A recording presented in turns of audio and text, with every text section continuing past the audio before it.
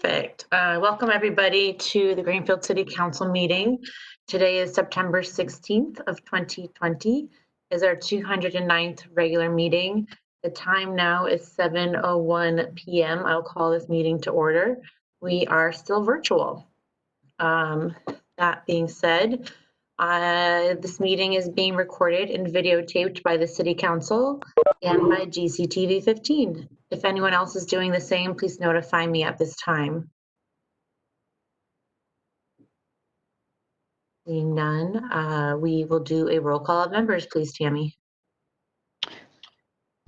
Councillor Jarvis. Present. Councillor Gwynn.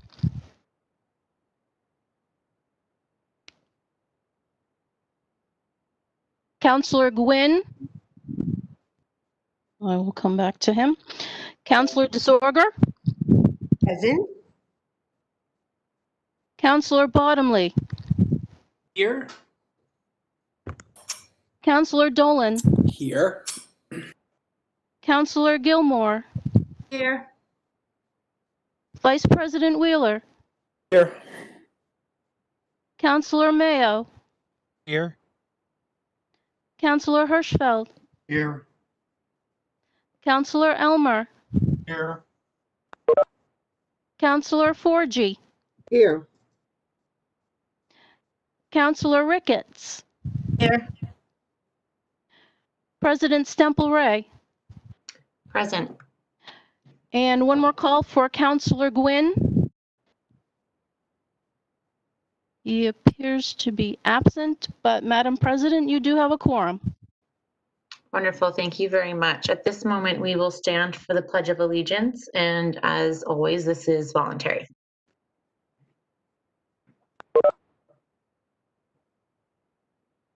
I pledge allegiance to the flag of the United States. Is everyone muted? Of the United States of America, and to the republic for which it stands, one nation, under God, indivisible, with liberty and justice for all. Nice little solo Pledge of Allegiance there. That was good.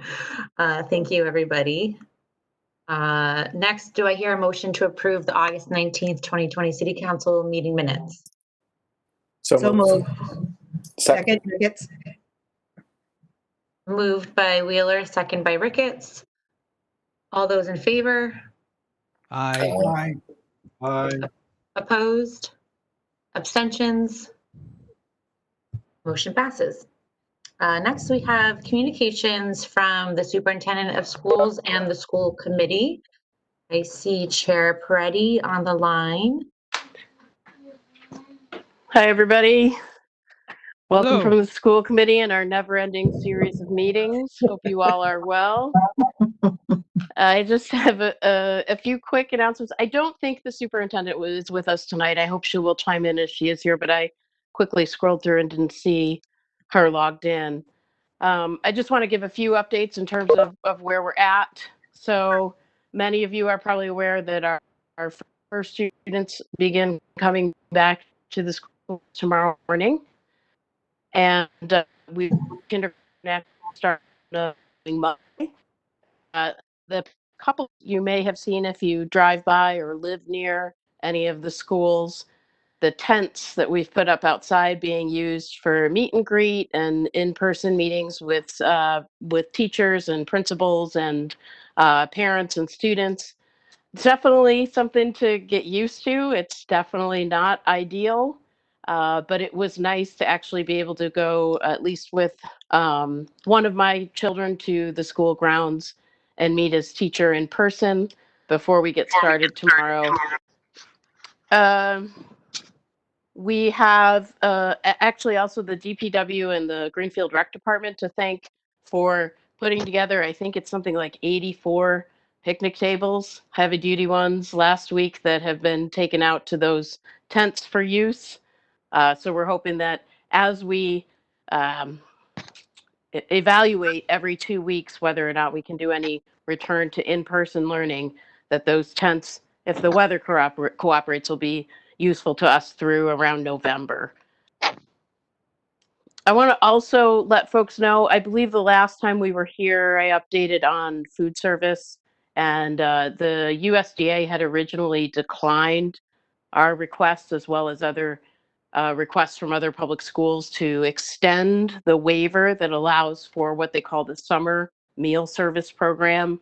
They had implemented that early on in March and extended it once, and it had planned to go through the end of August. That waiver was originally denied to continue by the USDA, like I said, but they have approved it.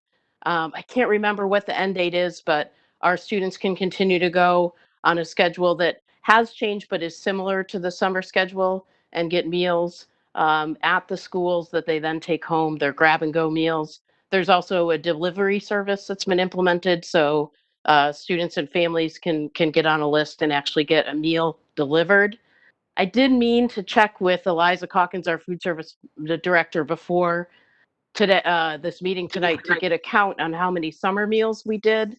I believe we probably broke the 200,000 meal mark before classes will start tomorrow, which between March and the beginning of September is pretty amazing. Those folks are working pretty hard to get meals out to kids, and it's, I know, much appreciated from the families in our district.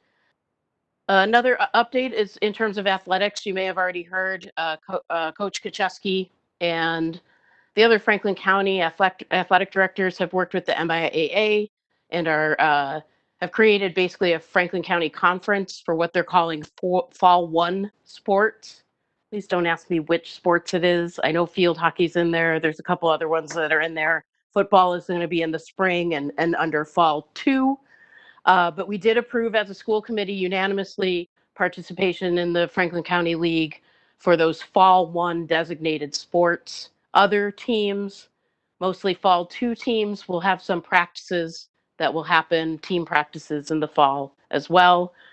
And I believe the plan is for no spectators at those games, just the Franklin County Conference that they've created, as well as the no spectator rule. The goal with those is really to be able, if there is a COVID incident, to be able to do really good contact tracing and to keep the numbers small and contained in the event that something like that happens. I think that's all I have for updates. If the superintendent is not on, I will happily take questions. Chair, I'm here as well. Oh, there she is.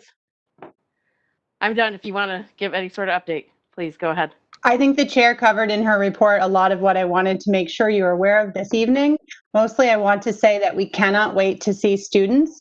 Even though we're remote, we have worked so hard to prepare for them coming back, and we really can't wait to see them participating in their classrooms and learning tomorrow. I really want to thank all of the teachers that have been preparing and are really trying to do everything differently. So if you are a veteran educator or a new educator, this is a task that has never been done before.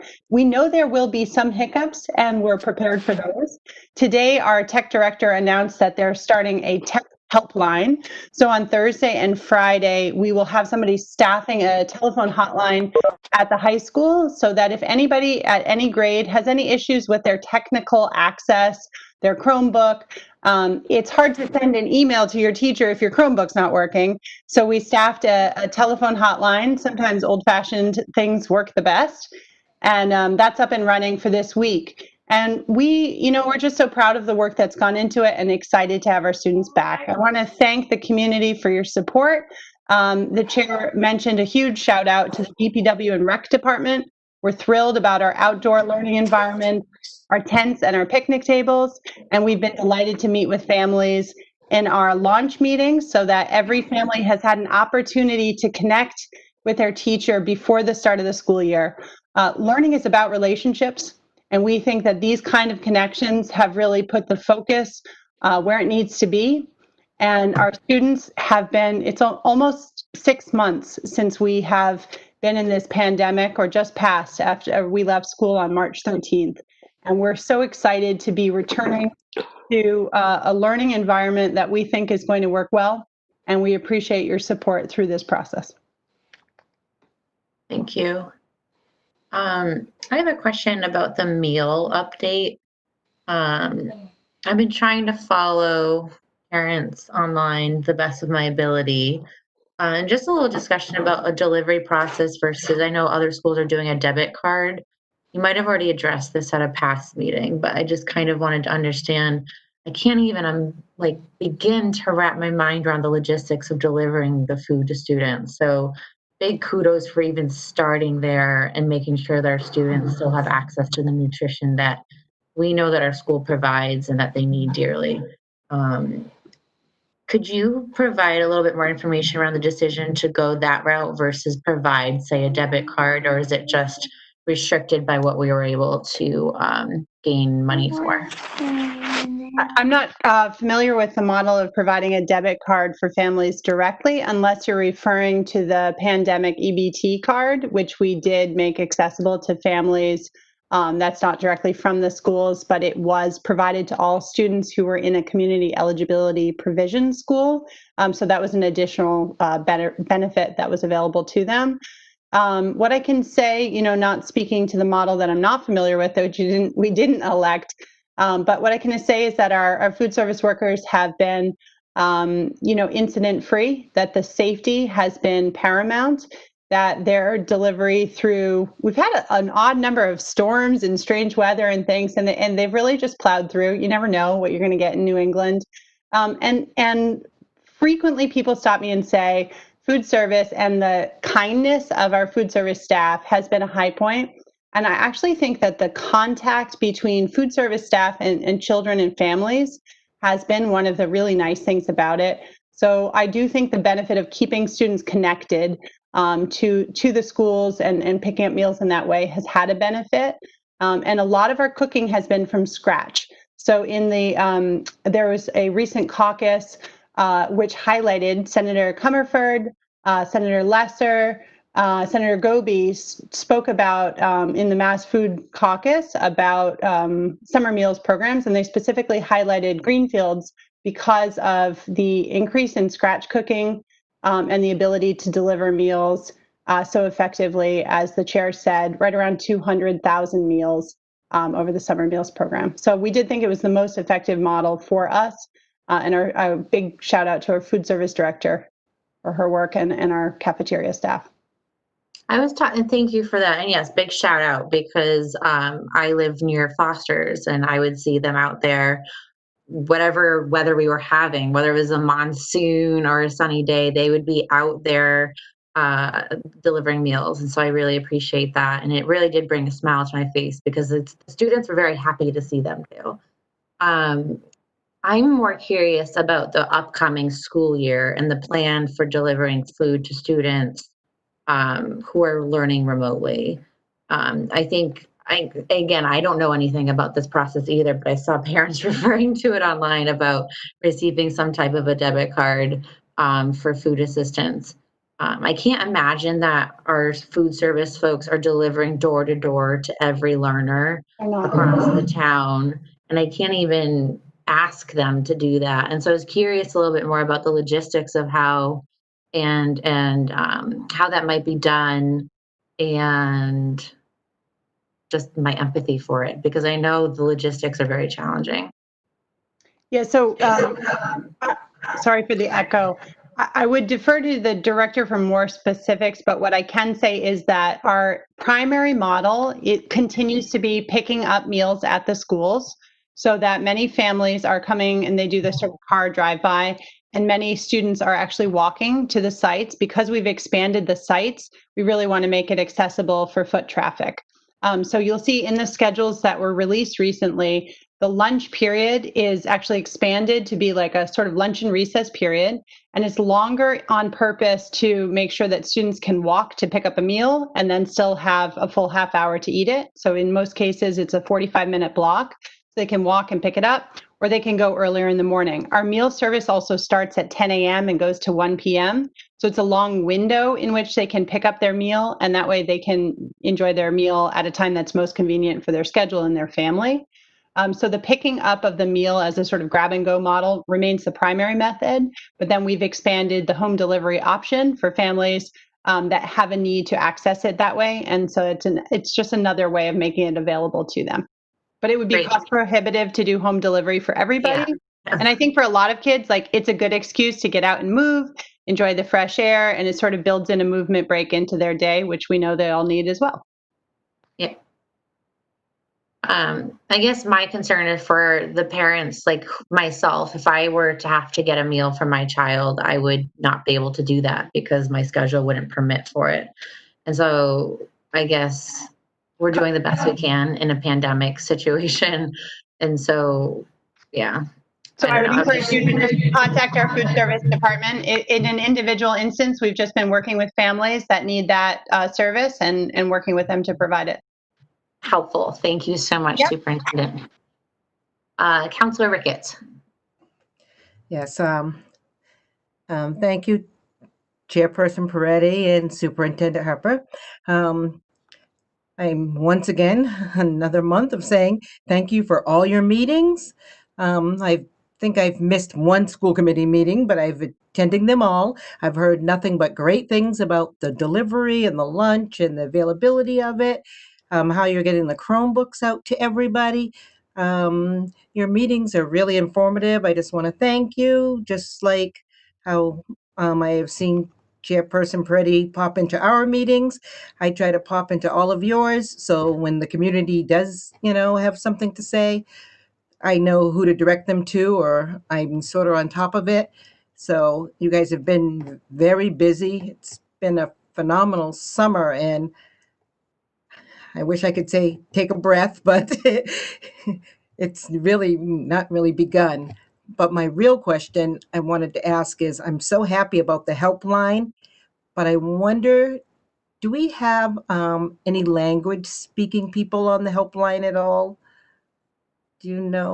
I'm not sure that we have the helpline fully staffed in a bilingual manner, but we certainly have access to folks that are assisting with that. And Great. I don't know if folks have noticed, we've been putting out a lot of communication recently. And Yes. so we're really making an effort to make sure that all of that communication is accessible, is translated. And so we do want to make sure that families have, as many ways to access us as possible. So this is just another one on top of it. Perfect. Thank you. Thank you so much for that. Thank you, Councilor Ricketts. And if other people have questions, that'd be great. I do want to just note, it's been in the paper and at the committee meeting it was discussed, but I have let the school committee know that this will be my last year. I want to thank the council for your support of our schools and to encourage you to continue that support. Public education has never been more important. It's a challenging time, and it has been for parents. It's hard. Moving into remote has its challenges. For teachers, there are certainly challenges. And for our students, most importantly, they need our community's support. So I'm eager to be here through the end of this school year. I provided early and advance notice, and I really look forward to continuing to work with you all. And thank you for the opportunity that working in Greenfield and working with all of you has been. And I know that Chair Peretti is very interested in increased communication between the council and the committee. So as we, continue thinking about this school year, I think the more ways we can find to continue to develop that are really beneficial to our students. And I want to thank all of you for the time that you're giving, because it is this pandemic has been a challenge for everyone in their own lives in so many different ways. But for everyone, I don't think anyone has found themselves with a lot more time on their hands. Not too many of us, maybe a few, but not typically. And so for all of you that are making time for these meetings and all the challenges that come with it, thank you very much for your service.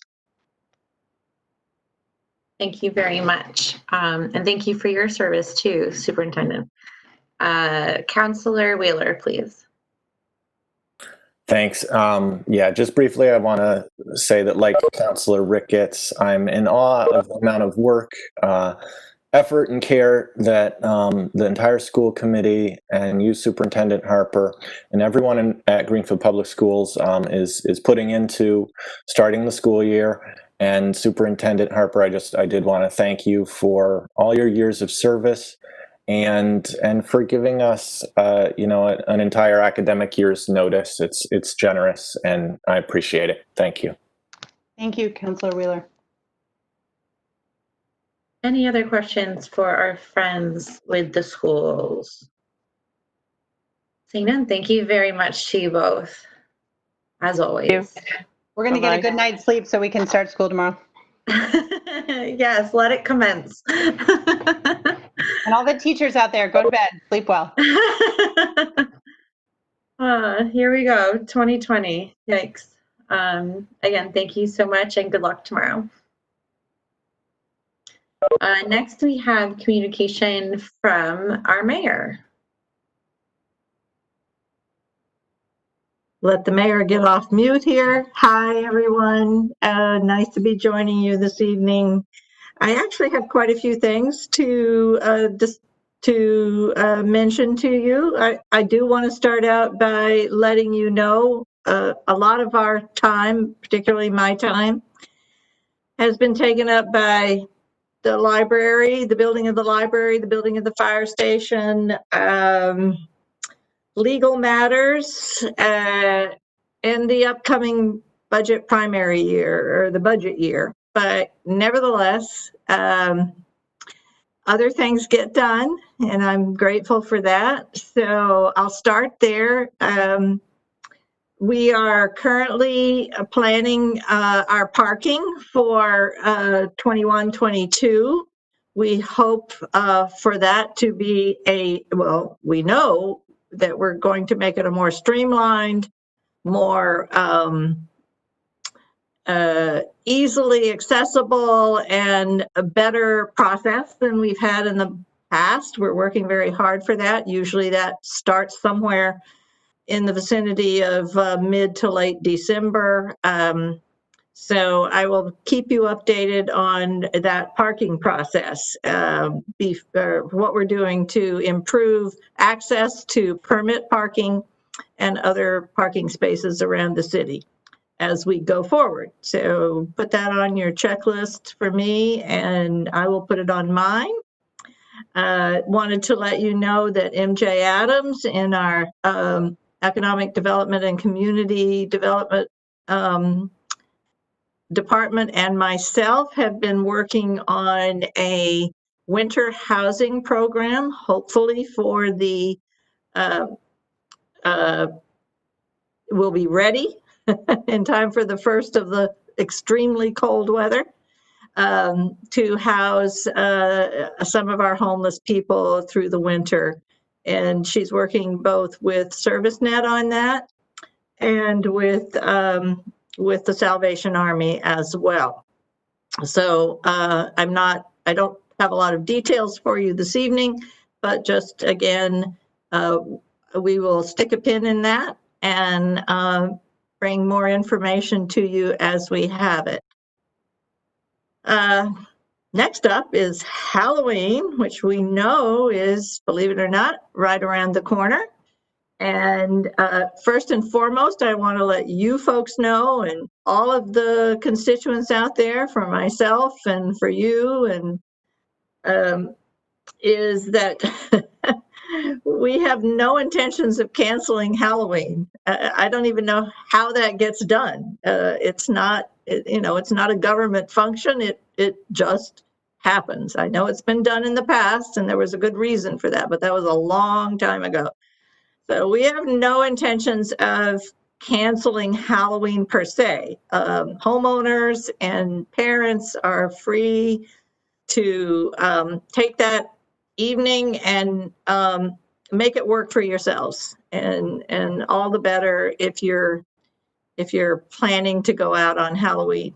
But I will say that Christy Moore and her staff in recreation have been in consultation with the mayor's office, have put together a really wonderful program for the 30th of October that is in lieu of the Rag Shag Parade, because we cannot allow the Rag Shag Parade to go on because of the numbers of people that would be interacting with one another. There's no real way to figure out how to keep it to the number that the state has set for us for outdoor gatherings per se.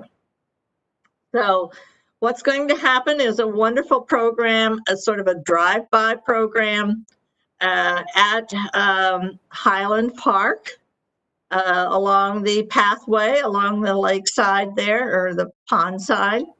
I will, as soon as this meeting is over, or perhaps during the meeting, I will send you the flyer for that.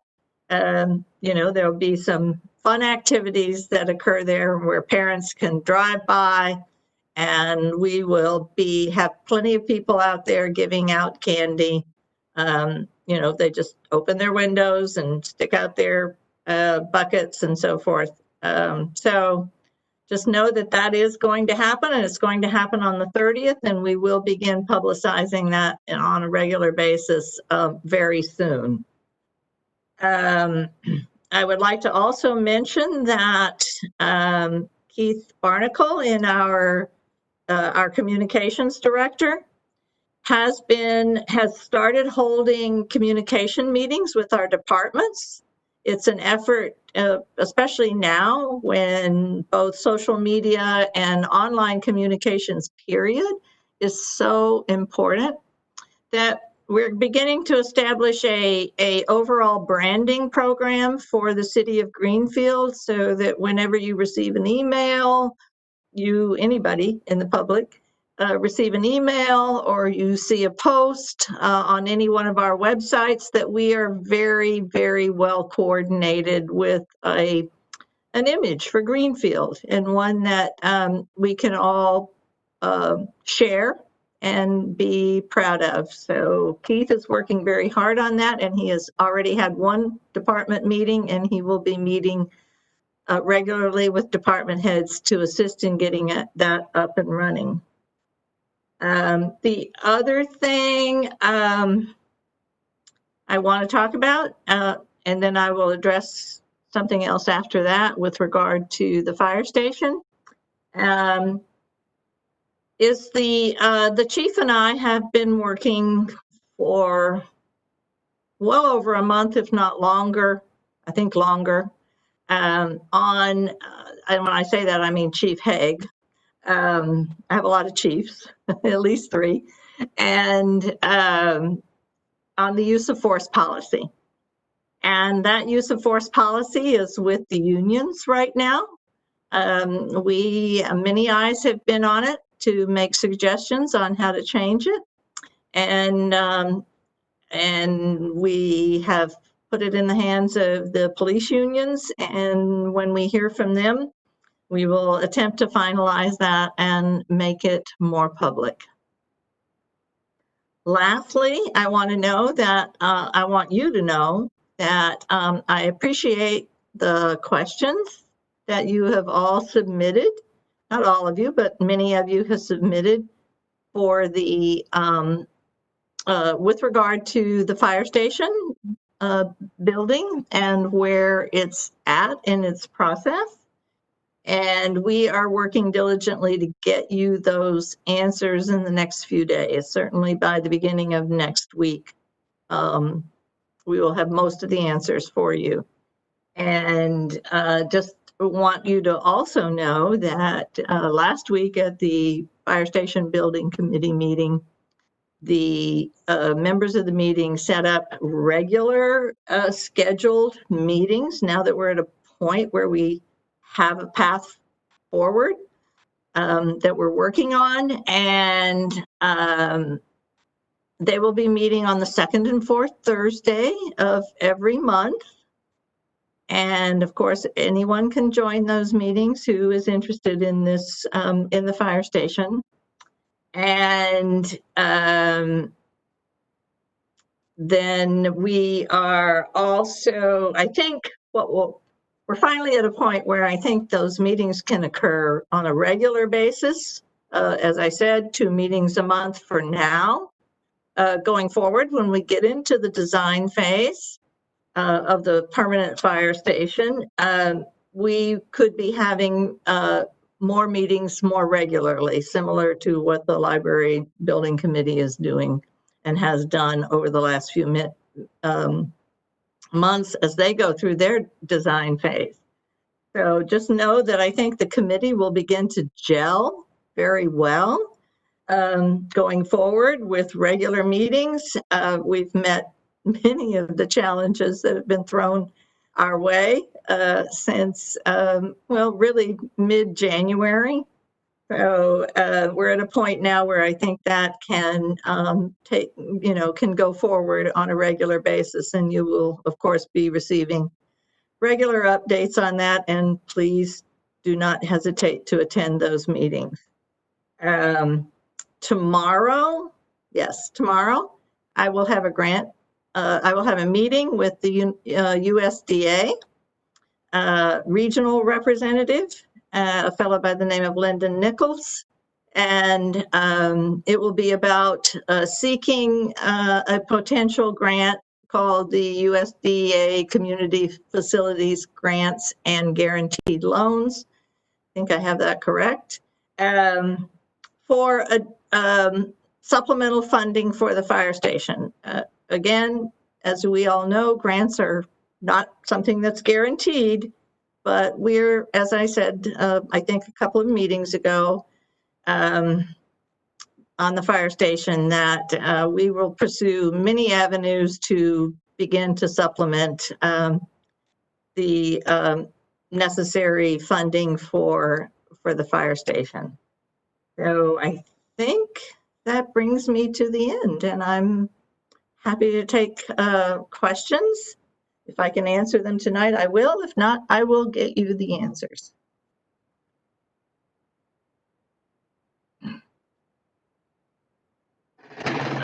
I can start, I suppose. In terms of parking, it's funny to think the cyclical things and that a year has gone by and now we're worrying about parking again. That was a question I guess I had but last week when we were talking about even putting the temporary fire station at the Hope Street lot. Do we have capacity for all those parkers within the parking garage? I know that my mother was a parker at the Hope Street lot, and I know a lot of other people who are daily for work. So I was curious I'm sure, and it's obvious that you're thinking about that as we go into next year. Just kind of curious what your thoughts were there. Parking is a very contentious subject, I'm learning. It certainly is. Some reason or other, I'm echoing again. I can't mute because I need to speak. So, okay, that seems better. Everyone can hear me without an echo? Yes. Okay, good. You're right. We are thinking about that. That's a more recent piece to be considering in the whole fire station timeline and process here. So I would say the answer is yes. We definitely have capacity in the garage for courthouse workers, some of whom already hold permits, and others who may feel like they need them. We also, and as Chief of Staff Danielle Letourneau is primarily working on that issue, and consulting with the people that she needs to consult with in order, which is some of it falls to the treasurer collector. We will certainly bring it to the Parking and Traffic Commission when we have the plan in place.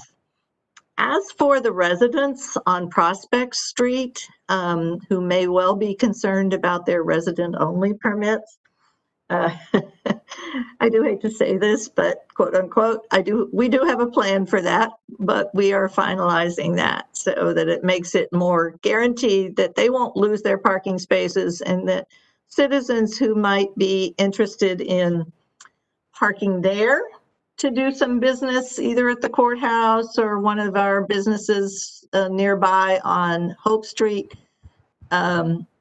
will be encouraged to find alternative parking very near where they are. So the parking garage is a perfectly good example of that, alternative parking. So I have to just say, more will be revealed as we get that more solidified. Thank you. Councillor Hirschfeld. Hi. Aye. Hi. Um,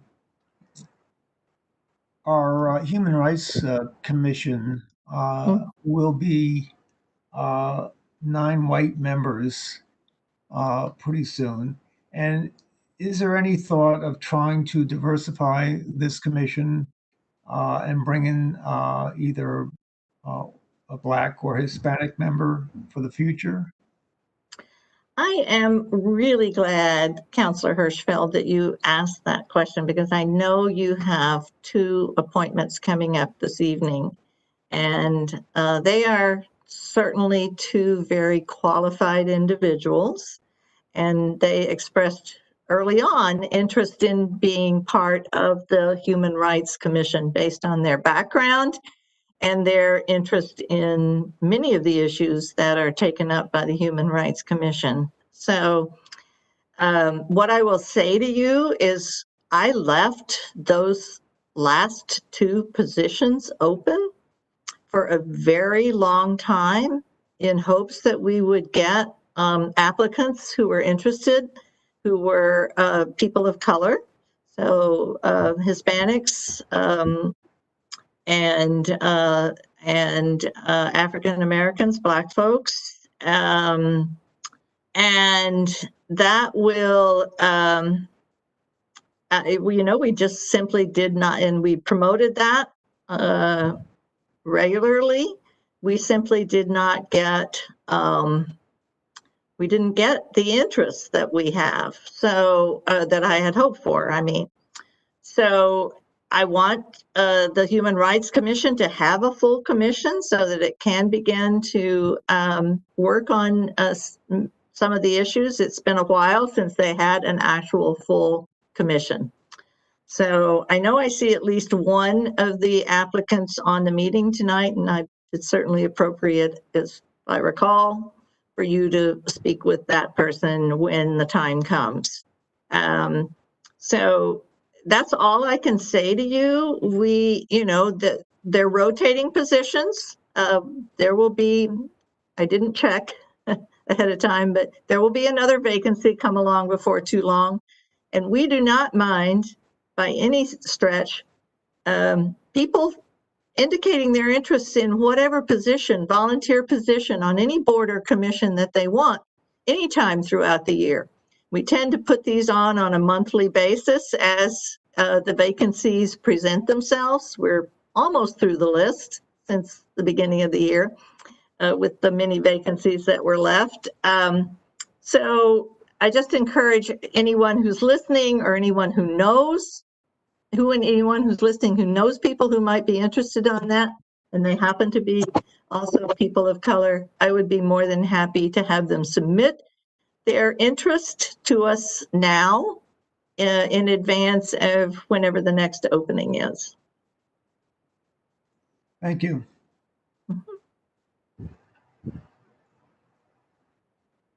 Vice President Wheeler. Thanks. Mayor, I appreciate and support all the efforts to accommodate restaurants in this pandemic, especially ones downtown, but there's been some concern about the difficulties in reaching the parking lot behind TD Bank since Ames Street was blocked off. Could we get some signage maybe that directs people on Federal at the entrance to Ames that is, clearly states that you can go around Main to school? And would it be appropriate to cover the one-way sign so it's clear that the TD Bank lot is still accessible? So, excellent question. Thank you for asking that. The short answer is yes. Those signs are in the process of being made.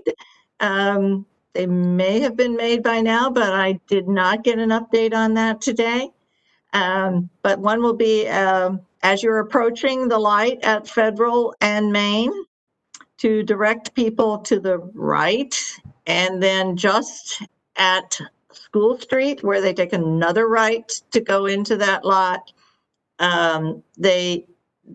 Those signs will be there. They will be hopefully readily accessible to a driver. I have no idea how you get that type of a change done on any of the GPS apps that people use, but, we can certainly look into that too. And then I believe there's already signage at the corner of Ames and School Street that indicates that that it is a two-way street. And that is both to be accessible to the TD parking lot as well as an entrance to the city parking lot opposite TD Bank. So as with almost everything these days, be patient. It is being handled and will get done shortly, very shortly. Very good. Thank you. Yeah, thank you. Thank you. And you brought up a USDA grant, and the last time I remember talking about a USDA grant was for the anaerobic digester, and that's probably for another meeting. But I was curious in terms of, I guess that's likely I'm opening a can of worms, but that's something that's been on my mind recently too, in terms of kind of where that stands. Are we still partnering with Franklin County communities on that, or is that kind of on hold now that COVID has kind of made its path through all of our plans? Well, I will tell you what I know and what I can answer on that. And then Marlo Warner, our DPW director, is on this evening, and he can certainly piggyback onto me if you're willing to wait for that, or you can ask him later. Or shortly. So I'm frankly not aware that the USDA was contacted with interest in helping fund the anaerobic digester, but I'm really glad to know that in advance of tomorrow's meeting, because the conversation may extend to also include the anaerobic digester. I'll leave it to Marlo to give you the full update. He briefly, but that project is on hold, I would say now, or is in a holding pattern now, while we seek some additional opportunities for funding, because as you know, that same earmark that included the money for the cleanup of the Riddell Street lot also included money for the anaerobic digester, and neither of those are coming forward at this time. So we will definitely seek some other opportunities. As far as partnering with the FERCOG or other regions, again, I think that's a little bit up in the air right now. It certainly was. Actually, before I took over, that it seemed like that was going to be difficult to get to happen. That may change now because we're getting into the situation where it's more real as to how soon we're going to need some assistance with handling our sludge and so forth. So I certainly, the DPW is investigating additional alternatives to an anaerobic digester for Greenfield to manage some of it.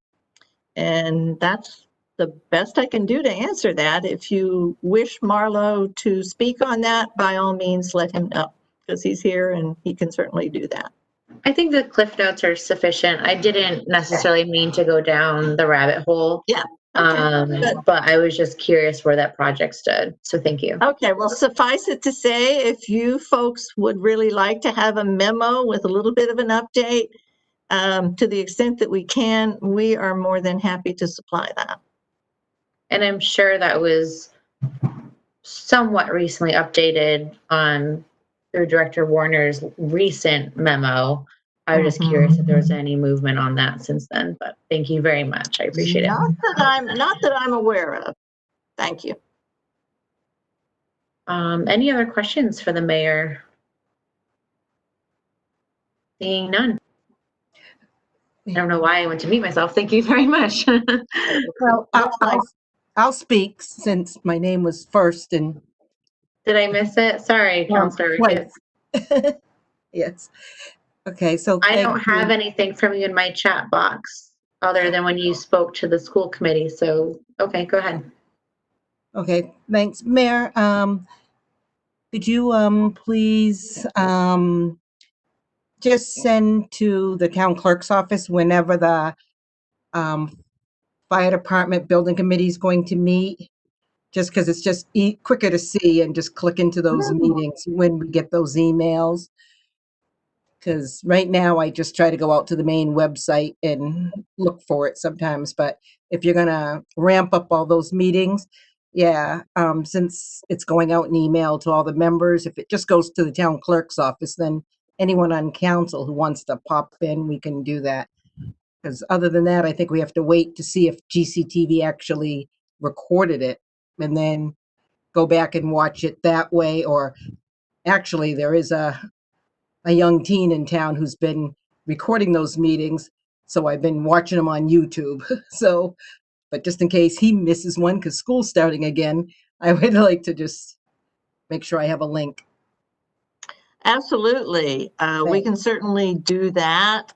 We are recording those meetings, and I did neglect to mention in that report with regard to both answering your questions, but in sort of the status of where our different our committee is. Let me just add to that we do have a temporary fire station building subcommittee that has been nominated and approved by the full building committee for the fire station at their last meeting, approximately a week ago, or maybe a little over a week ago. So just know that they will be also coming forward with reports on the temporary fire station on a regular basis during those meetings. So easily done request, Councilor Ricketts. Thank you for that. We can make sure that the city council is notified either through the city clerk's office and Tammy, or some other way, if you prefer. So just the follow up. So the temporary building committee is always going to report out at the regular fire station committee, or there will be two meetings like televised?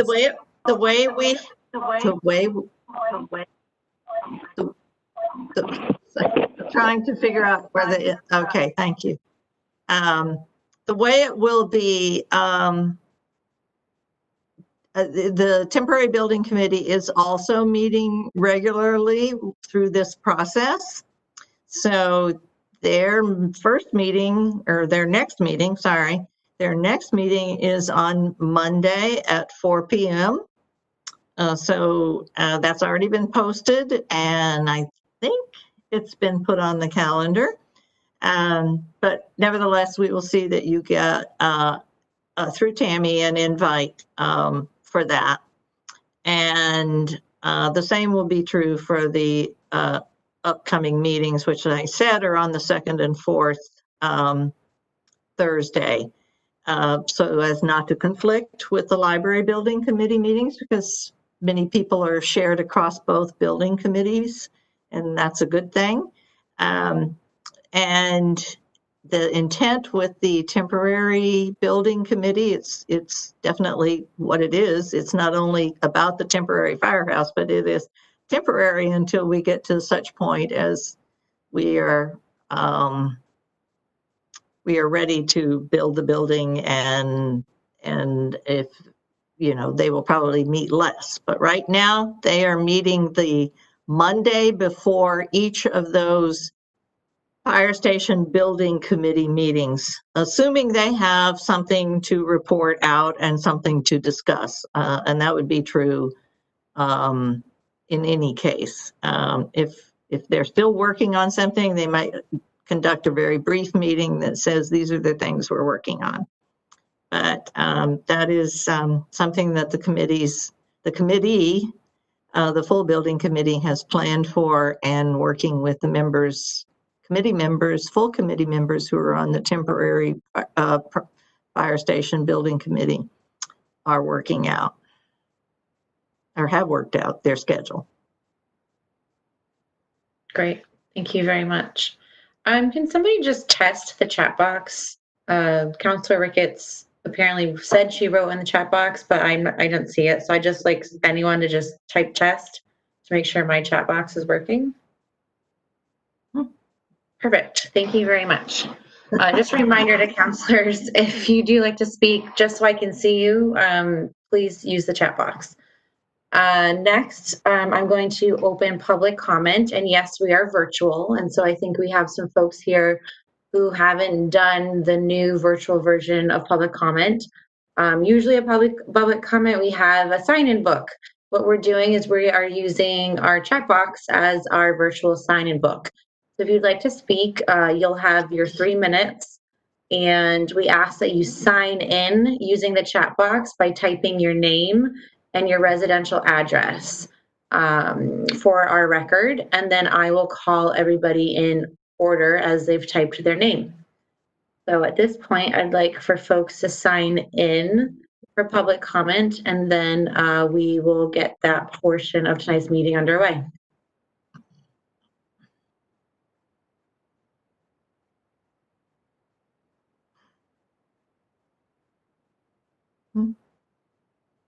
I am not seeing anyone. If you're having difficulty, feel free to come off mute and you can ask your question.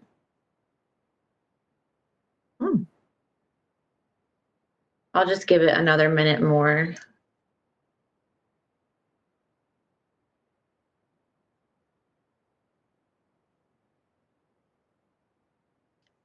Well, we can go ahead and get started with Brendan Bailey. Again, welcome to the council meeting. We provide 3 minutes of time to speak at our meetings, and your time will begin now. Madam President, thank you so much for having this meeting and for allowing public comment on everything that's going on, and to all the councilors, thank you so much for being here in this evening time and virtual setting, which is new for all of us, of course. My name is Brendan Bailey. I am the CEO for the Realtor Association of Pioneer Valley. I live at 130 Edgewood Avenue in Longmeadow, but our association does cover the 3 counties, Hampden, Hampshire, and Franklin. There are 1,700 realtors that make up our membership. And what I wanted to do is read a letter that was actually submitted to the council on the ADU provision that was passed during the spring.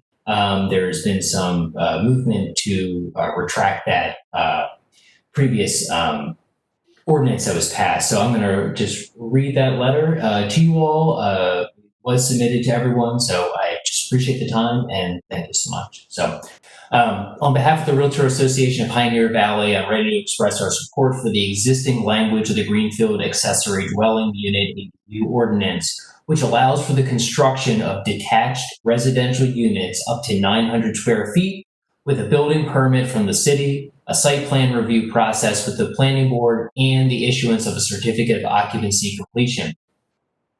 In recently enacting by right zoning for ADUs, Greenfield took a leadership role on housing innovation in the state of Massachusetts. In an era of housing scarcity fueled by rising costs, lack of developable land, and intense competition among home buyers, enabling the construction of modest ADUs by right is a smart policy that will begin to alleviate some of the demand for housing within the community.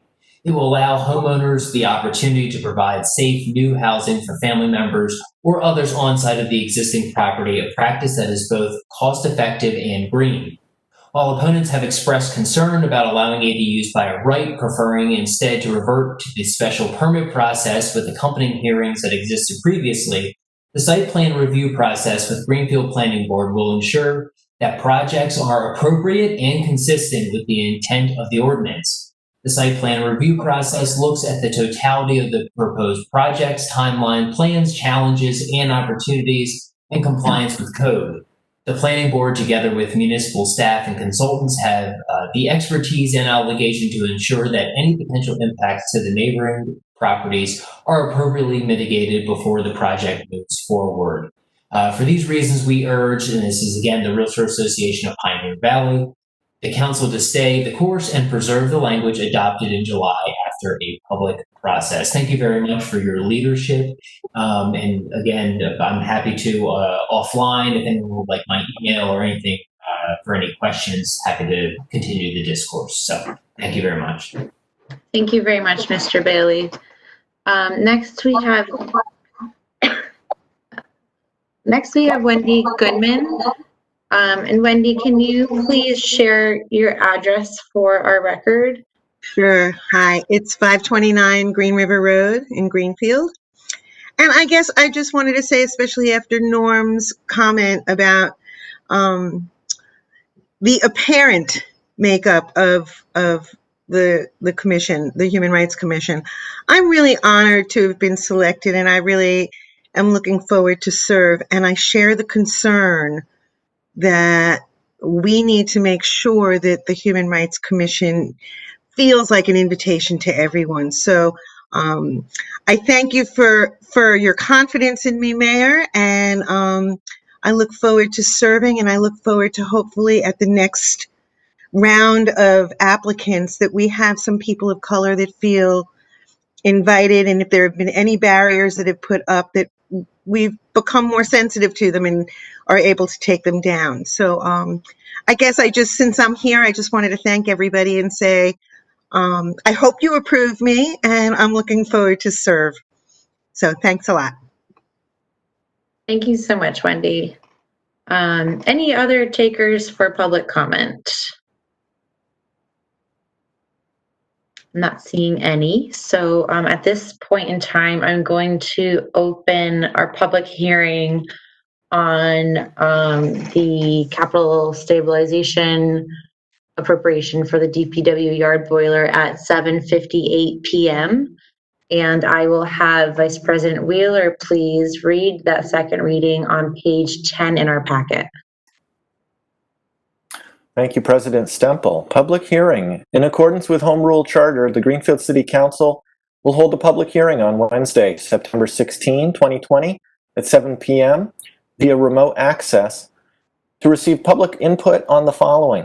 Appropriate $21,000 from Fund 8402 Capital Stabilization to repair DPW yard boiler.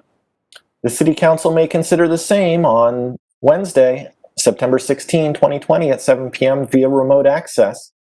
Materials can be obtained from the City Clerk's office, 14 Court Square, from 8:30 a.m. to 5 p.m. Monday through Friday, or by phone, 413-772-1555, extension 6163, Ashley Stempel Ray, Greenfield City Council President. City Council, second reading, September 16, 2020. Appropriate $21,000 from Fund 8402 Capital Stabilization to repair DPW yard boiler. Thank you. We don't quite need a second yet, but hold that because we will in just a moment. So thank you very much. We are moving to motions, orders, and resolutions, and we have our first motion. This did not go to committee, so I would ask Vice President Wheeler, please, to read this next motion on, I believe, page 11. Of course, I move that it be ordered that the Greenfield City Council authorize the mayor to negotiate and enter into a payment in lieu of taxes pilot agreement under GLC 59, Section 38, Clause H, for a term of 20 years, coextensive with the term of the lease with the solar developer for the Millbrook Wellfield Solar Project located at 195 Log Plain Road. Second, Mayo. Thank you. Motion's been made, seconded.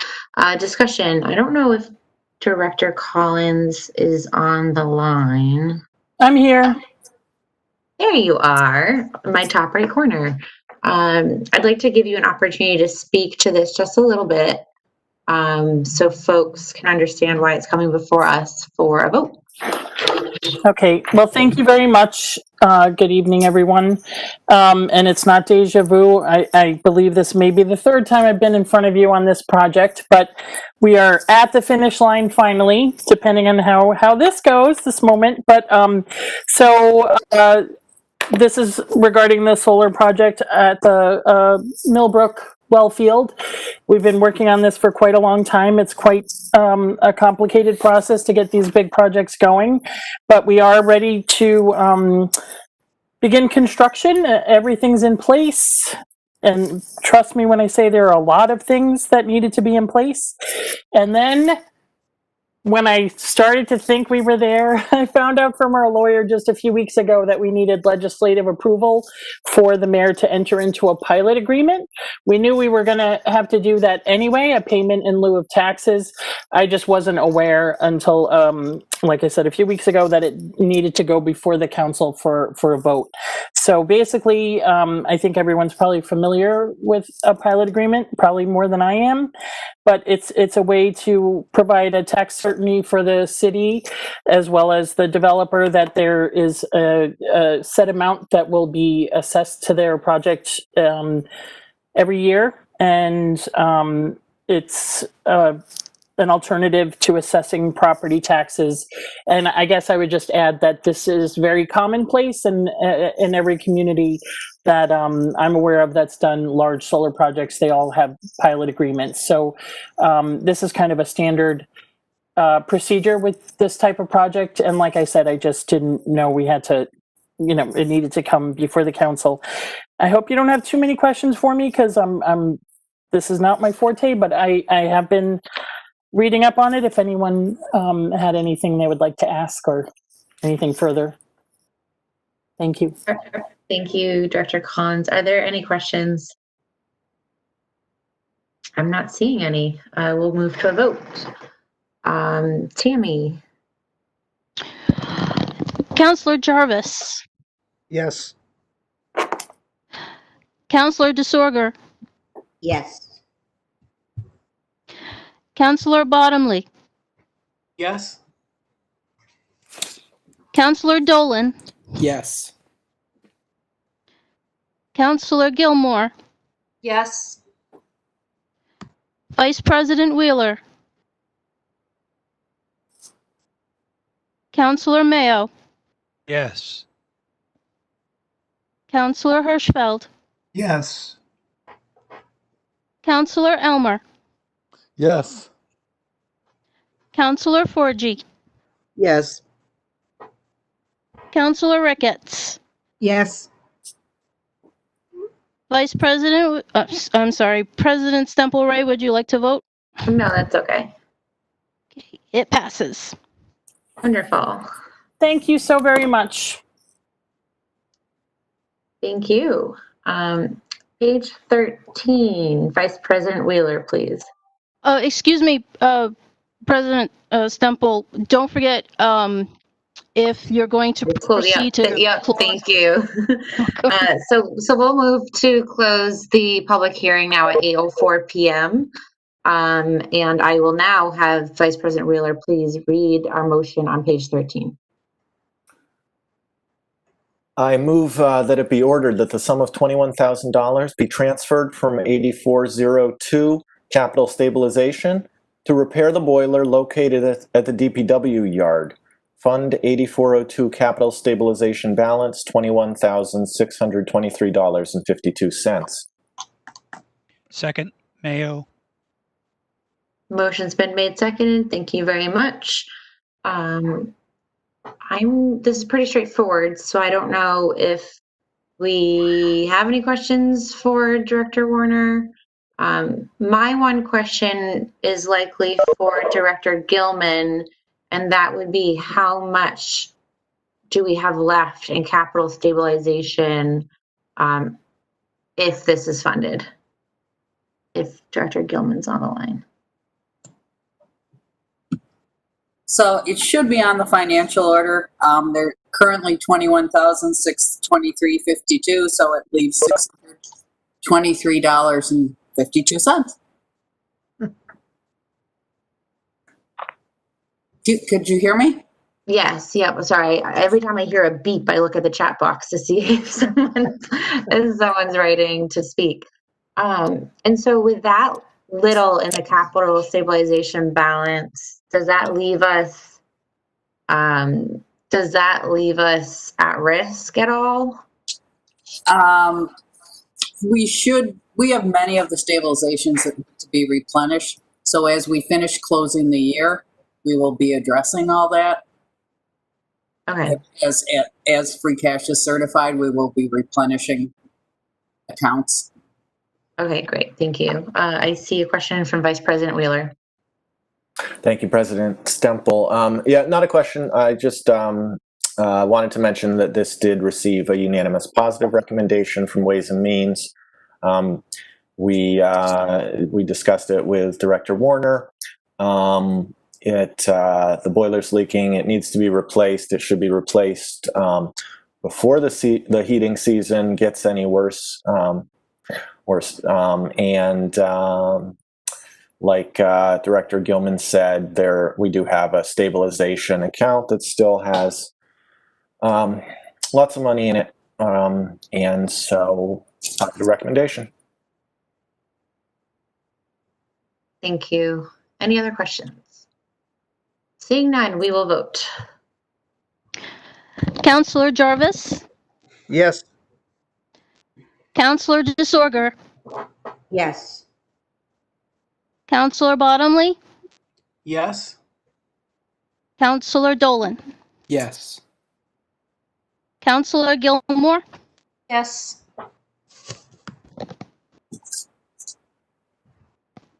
Counselor Gilmore? Yes. Okay, there we go. Thank you. Vice President Wheeler? Yes.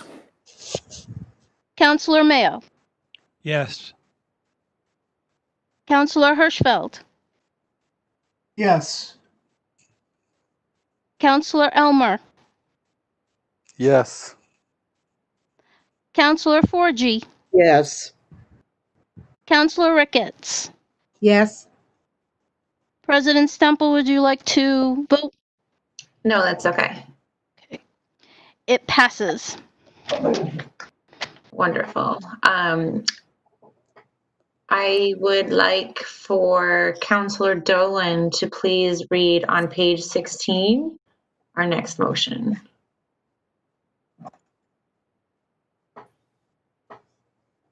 Move that it be ordered that the City Council of Greenfield hereby initiates the following zoning change in accordance with MGL Chapter 40A, Section 5. Amend zoning ordinance Chapter 200, Section 7.18, accessory dwelling units, subsection D, accessory dwelling unit standards by inserting new subsection 14 as follows. Would you like me to read the new language? Yes. Yes, please. Accessory dwelling units. Accessory dwelling unit standards. No accessory dwelling unit shall be held in separate ownership from the principal structure or dwelling unit. If ownership is later divided under Massachusetts condominium law, all units of the condominium must be owner occupied. Thank you. Do I hear a second? Second, Mayo. Thank you.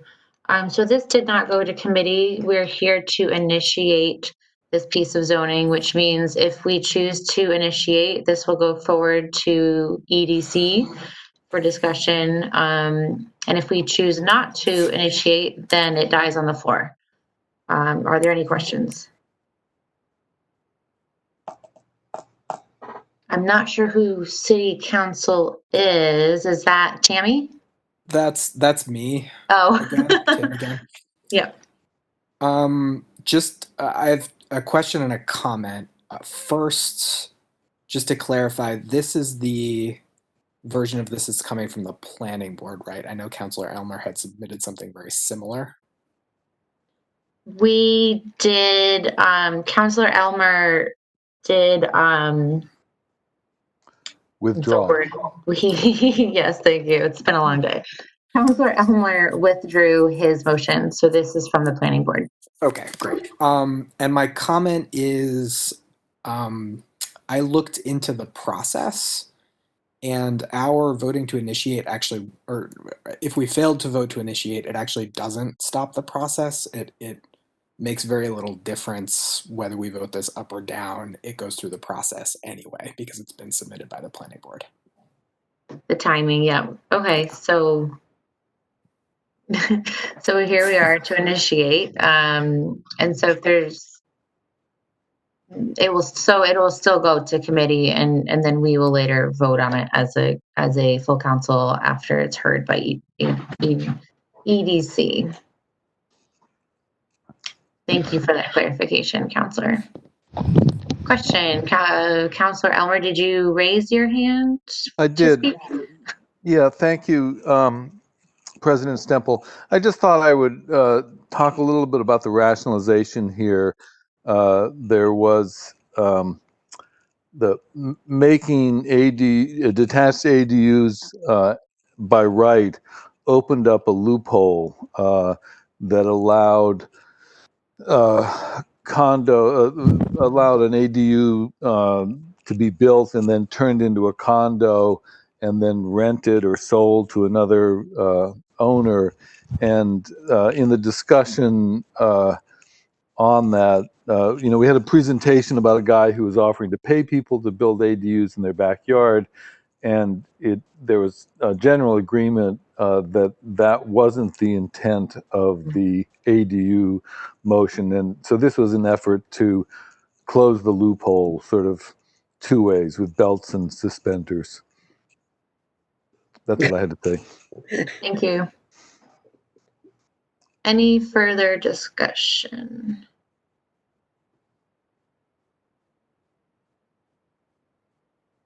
Seeing none, we will vote. Counselor Jarvis. Yes. Counselor DeSorger. Yes. Counselor Bottomley. Yes. Counselor Dolan. Counselor Gilmore. Yes. Vice President Wheeler. Abstain. Counselor Mayo. Yes. Counselor Hirschfeld. Yes. Counselor Elmer. Yes. Counselor Forgy. Yes. Counselor Ricketts. No. President Stemple, would you like to vote? Yes, I vote yes.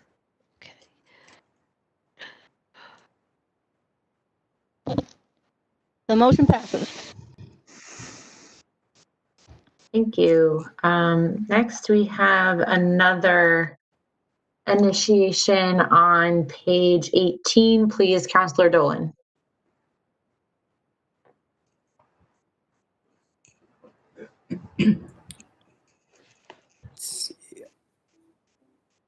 Move that it be ordered that the City Council of Greenfield hereby initiates the following zoning change in accordance with MGL Chapter 40A, Section 5, to amend Chapter 200. The zoning ordinance of the City of Greenfield is hereby further amended in subsection B of Section 207.8 by adding the following language at the end of the definition of accessory dwelling unit: detached.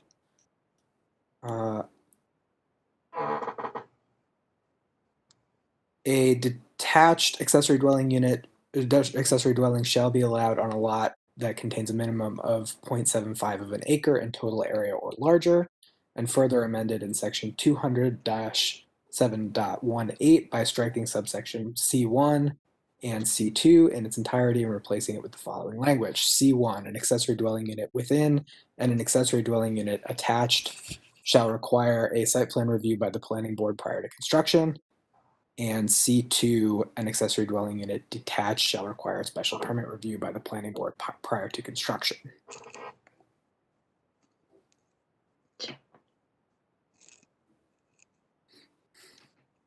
Second. Thank you.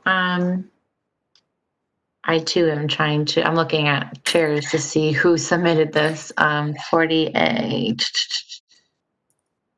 believe this one is not the petition. This one, Tammy, was this the one submitted a little later?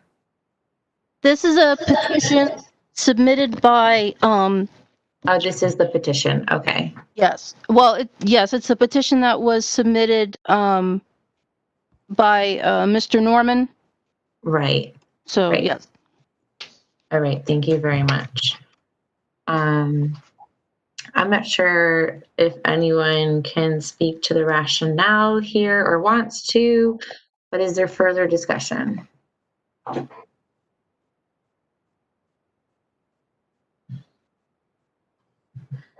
If folks can type in the chat box, it's really hard for me to check all the little screens to see who's raising their hand. Thank you, Councillor Elmer.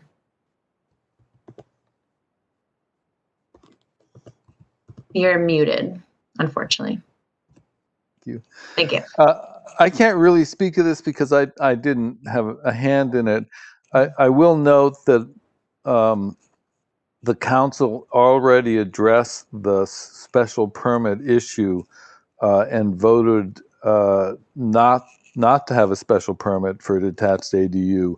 I voted against that, but I heard the will of the council and I wasn't inclined to reopen it, although I do think personally that a special permit does make some sense for the neighbors. The 0.75 acres, I'm not sure where that figure came from, and I have no comment on that.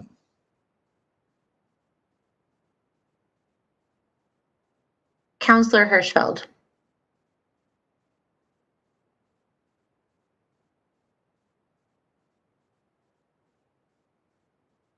You may be muted.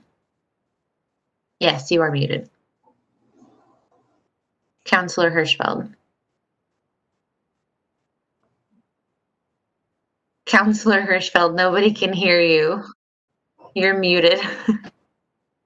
There we go. There's point of procedure. Does this mean if we vote yes on this, it goes to EDC?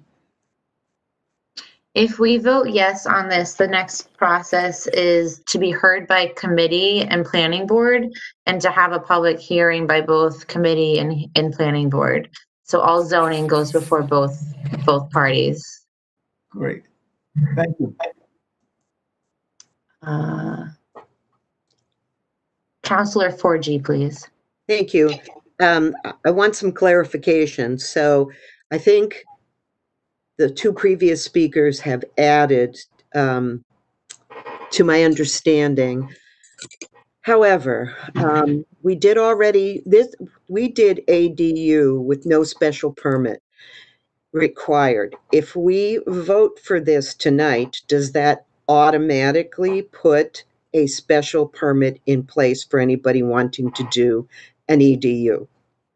If we vote on this tonight, Councillor 4G, it goes through the process to then be debated and maybe changed. Or Tammy, is that correct? For I just want to make sure that my understanding of a petition submitted zoning change is true. Who is City Council? If you're City Council, I also include who you are. All right, is that Tammy? Thank you.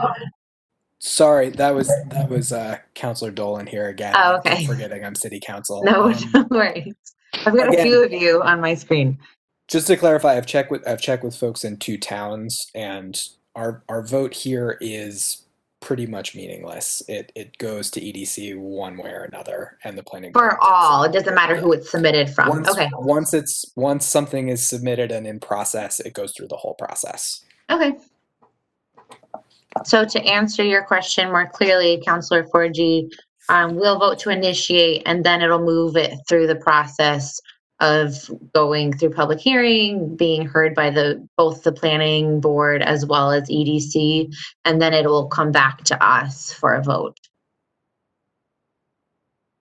And the challenge is that, I want to be specific, the challenge is to remove or not remove, to put into question the lack of a special permitting process. It sounds like it's that as well as the acreage. Okay, thank you very much. You're very welcome. Thank you for that clarification, Councilor Dolan. All right, so unless there's other questions, we will move to a vote. Councilor Jarvis? No. Councilor DeSorger? No. Councilor Bottomley? No. Councilor Dolan? No. Councilor Gilmore? Yes. Vice President Wheeler? No. Councilor Mayo? No. Councilor Hirschfeld? Yes. Councilor Elmer? Abstain? Councilor Forgy? No. Councilor Ricketts? No. President Stemple, would you like to vote? Yes, I will also vote no.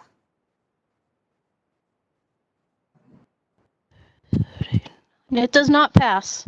Motion fails. However, it sounds like it will move along. Is that correct, Councilor Dolan?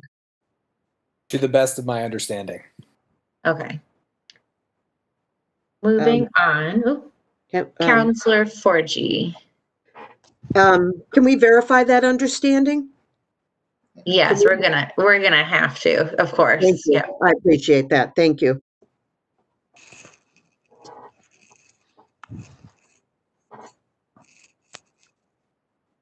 I had it all up my sleeve during the library/highway zoning, and it has escaped me since then. But yes, we will certainly follow up on the process for each style of initiation. So thank you. Thank you. Next, we have my agenda just closed out. Next, we have 1, 2, 3. We did that one. We did this one. We're initiating a proposed zoning amendment, chapter 200, section 4.13, flood plan district. I am unsure what page that is because I lost my agenda placement, but Councilor Dolan. I think it's 24 for folks following along. Perfect. Thank you so much. President Stemple, Councilor Ricketts has been trying to get your attention. Yep, go ahead, Councilor Ricketts. Okay, thank you. I just wanted to add one thing as we were going out to either get legal or, some help about this last vote. Could we also ask how many times something like this could possibly come forward? Because the writing, looks like it's on the wall right now. So let's kind of find out what happens if it's done again. I just want to find out if there's a time period I want to know when no means no. Thank you. Thank you. Thank you, Councilor Ricketts. We'll absolutely include that in our question. Any other, I want to make sure I don't move on too quickly. So any other questions from councilors? Seeing none. Thank you very much. Councilor Dolan, is that page, you said 24. Yes, thank you.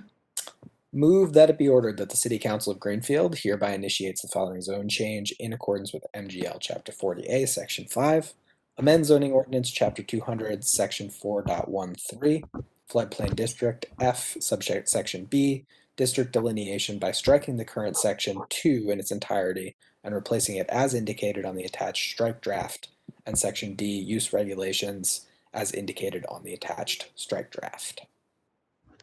Second, Mayo. Motion's been made, seconded. Any discussion?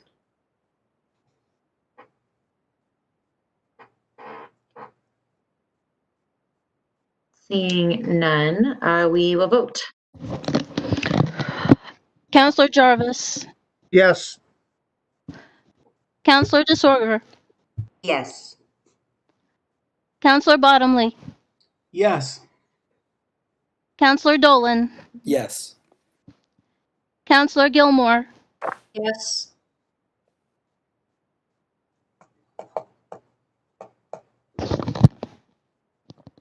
I'm Did sorry. you hear me? No. Could you repeat, please? I said yes. Okay, thank you. Vice President Wheeler, Counselor Mayo, Yes. Counselor Hirschfeld, Yes. Counselor Elmer, Yes. Counselor Forgy, Yes. Counselor Ricketts, Abstain? Vice President, President Stemple, would you like to vote? I'm so sorry. No, you're fine. No, thank you. Okay. And the motion passes. Thank you. Counselor Dolan, please. Oh, it keeps going away. Page something after 24. As I try to bring this back. Is where I am. Move that it be ordered that the City Council of Greenfield hereby initiates the following zone change in accordance with MGL Chapter 40A, Section 5, amend zoning ordinance Chapter 200, Section 6.1, non-conforming uses, subsection B, restoration or reconstruction, 1 and 2 indicated on the strike draft below. And I won't read the strike draft because I feel like that'll make it more confusing. Second. Mayo.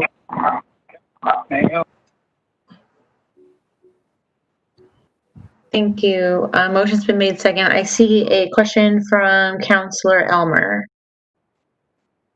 Yeah, is there someone who can explain the rationale for this one? This was submitted, I believe, by, I don't know why that keeps happening. I believe this was submitted by a constituent, or no, this was no. This is also from the planning board. Planning board, yeah. Yeah, President Stemple, I can address this. I was present at the planning board meeting where they discussed this. And essentially, right now, prior to this change, if you have a non-conforming structure that's not a dwelling, such as a barn, a garage, a shed, and you want to do extensive repairs to it, you're not allowed.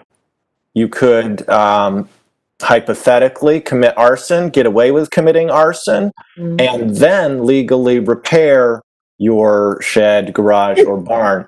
But short of that, you would just have to let it fall into the ground. So I thought this was a very thoughtful change recommended by the planning board. Any other comments or questions? Seeing none, we'll vote. Counselor Jarvis,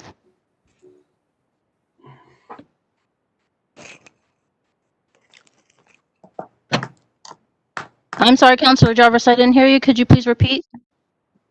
Yes. Thank you. Counselor DeSorger,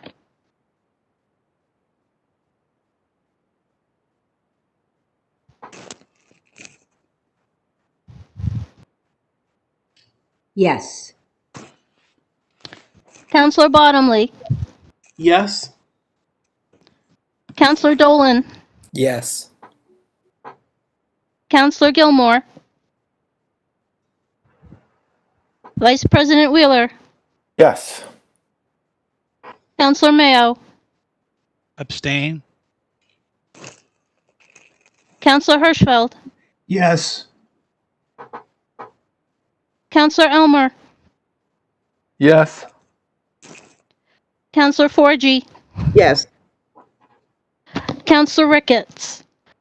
Yes. President Stemple, would you like to vote? No, that's okay.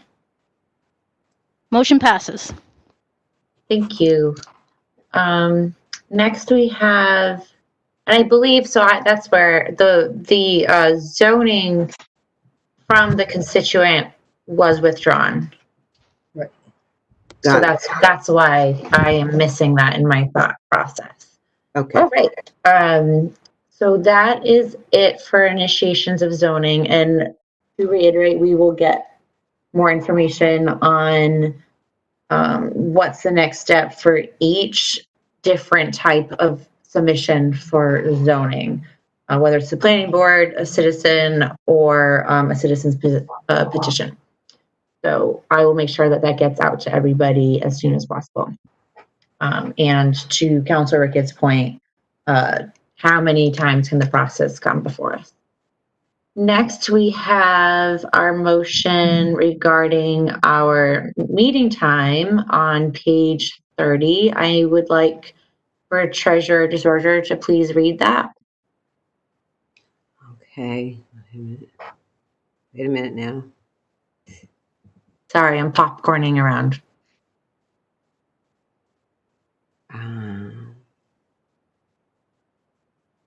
Okay. Page 30.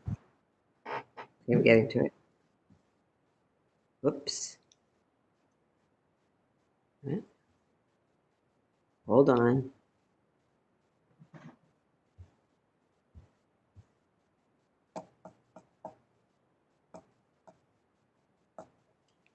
You never know who I'm going to call on to read. I have to say I am. I apologize, Counselor. It's fine. Okay. Presence of regular 565-2 Rule 2 meetings.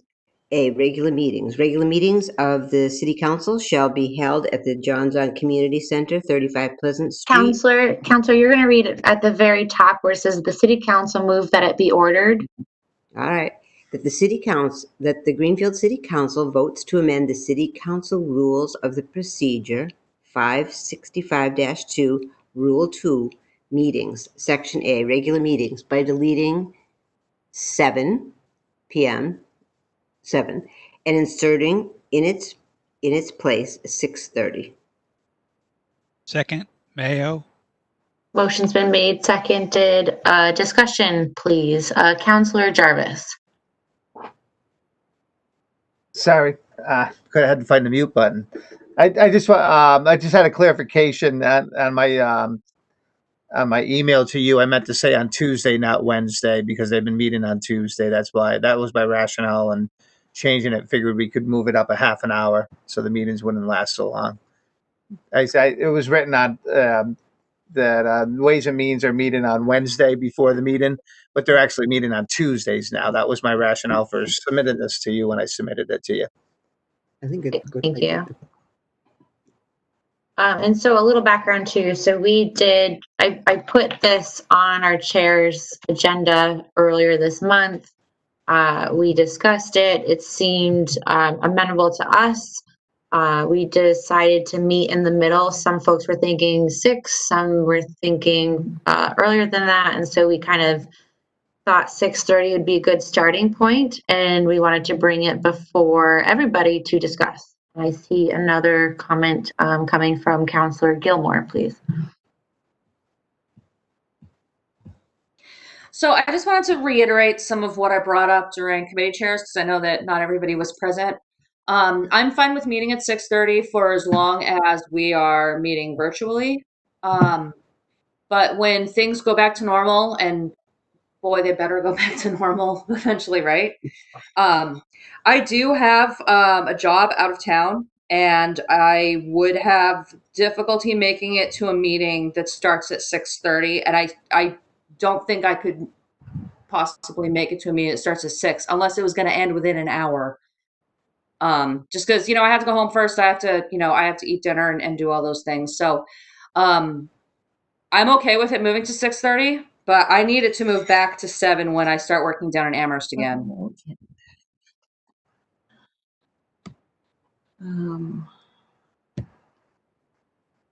Tammy?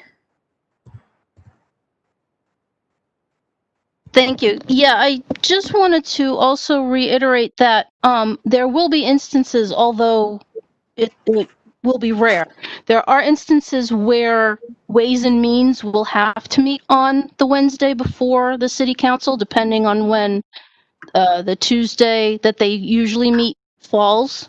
So if the first falls on a Wednesday, then Ways and Means would have to meet that Wednesday before the council meeting. So they'll be able to meet at 5:30 normal time. However, if something goes over, it happens, but if something goes over, then it would go into the city council time. Thank you for that. And I have a feeling Vice President Wheeler might be addressing that as well. Yeah, Tammy covered it a couple times a year with our new meeting day. It will have to be pushed to Wednesday. In those cases, with the current committee and the makeup of it, we could probably push the start time up to 5 p.m.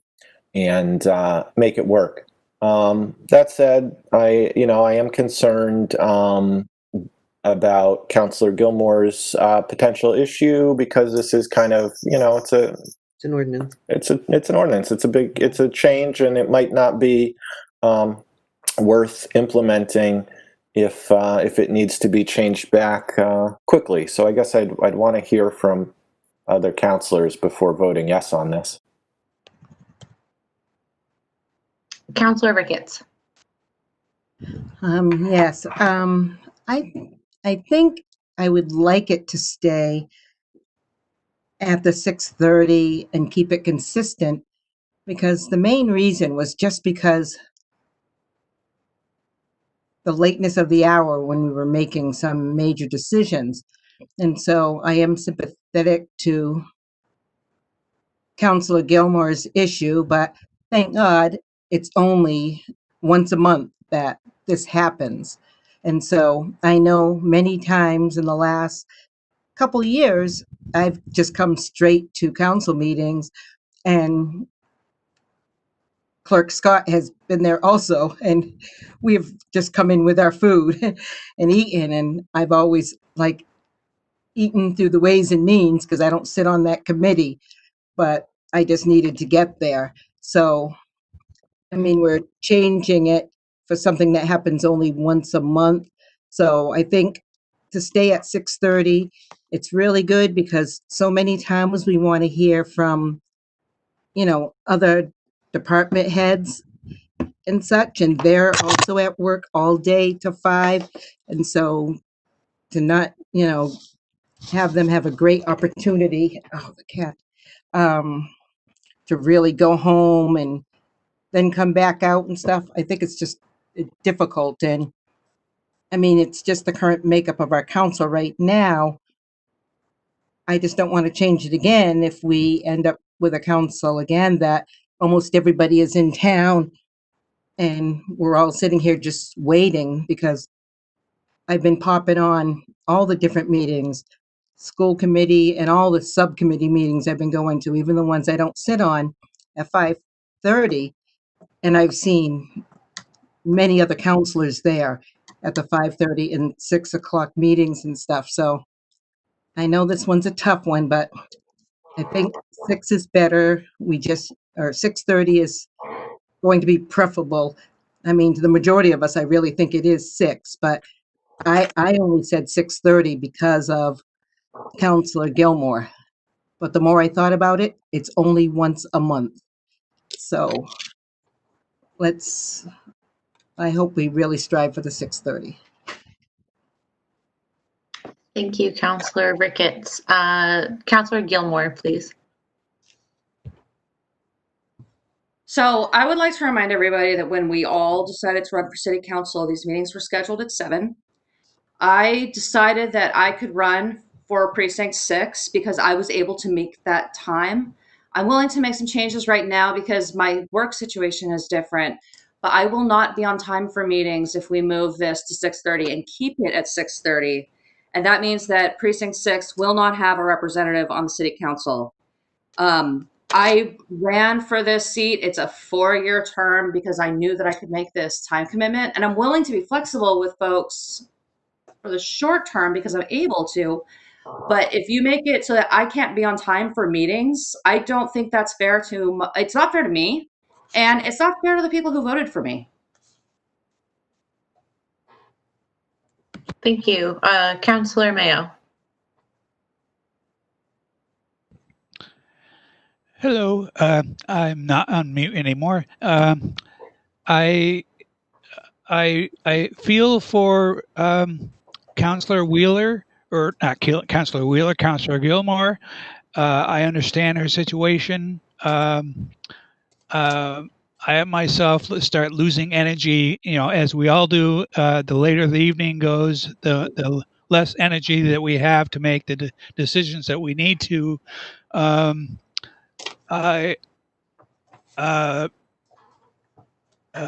amenable. I don't have any place to go, so I'm amenable to working something out. I don't feel like Councillor Gilmore's request is out of line. It's I guess what I'm trying to say is I'm workable with the majority. Thank you. Thank you. We certainly would like to hear from more counselors in terms of their feelings on this. So if you haven't spoken already, I encourage you to. Councillor DeZolger.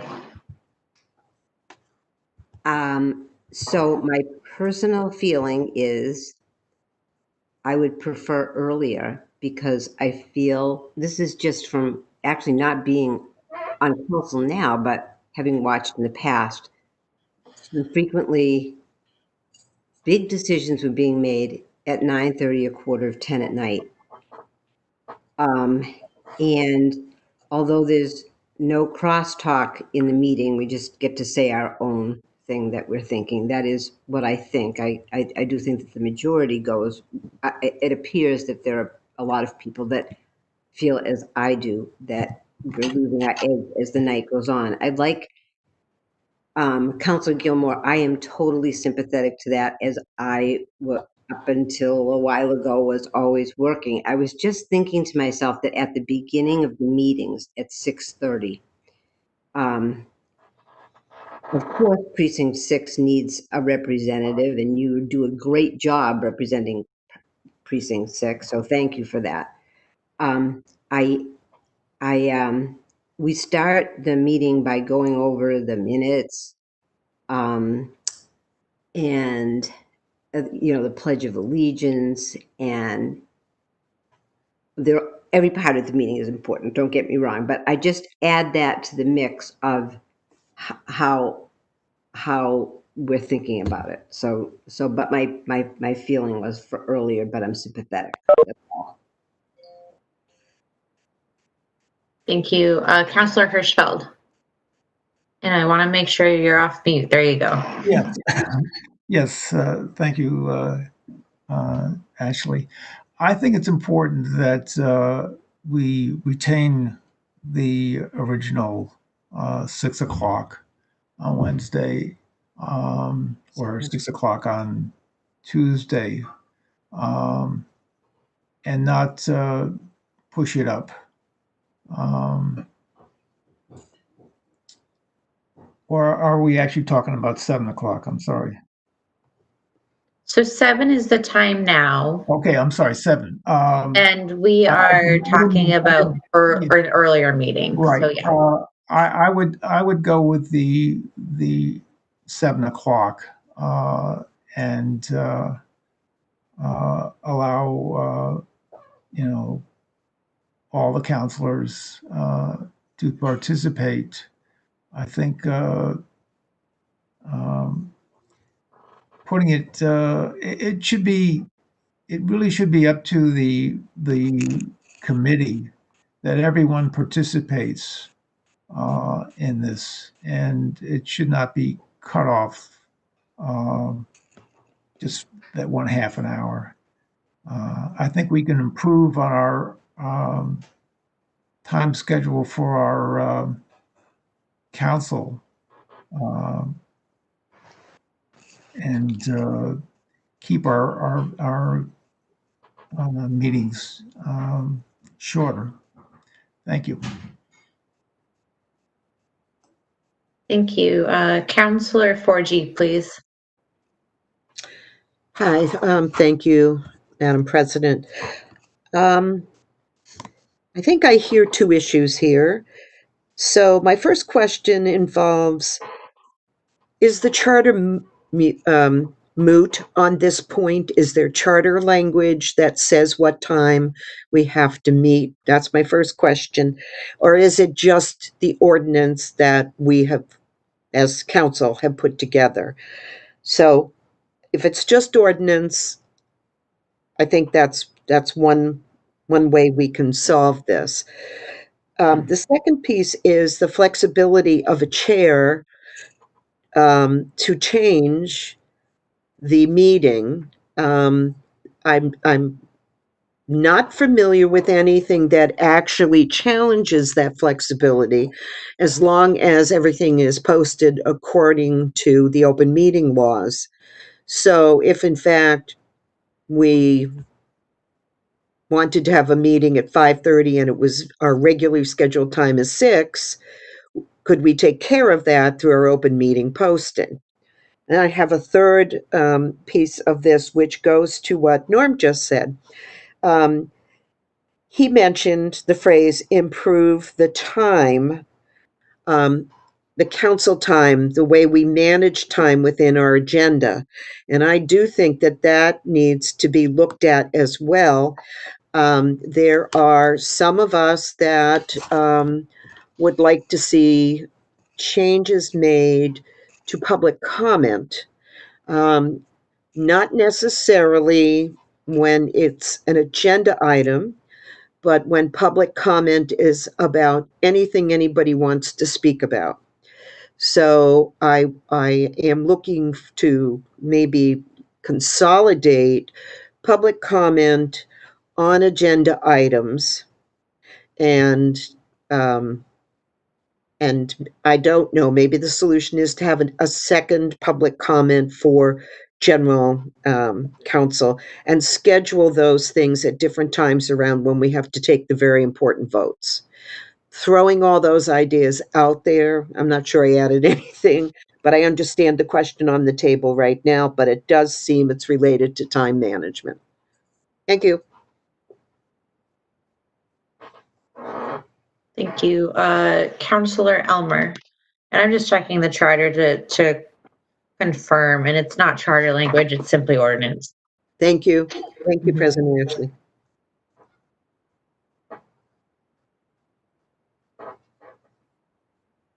Councillor Elmer? You're muted. Yes.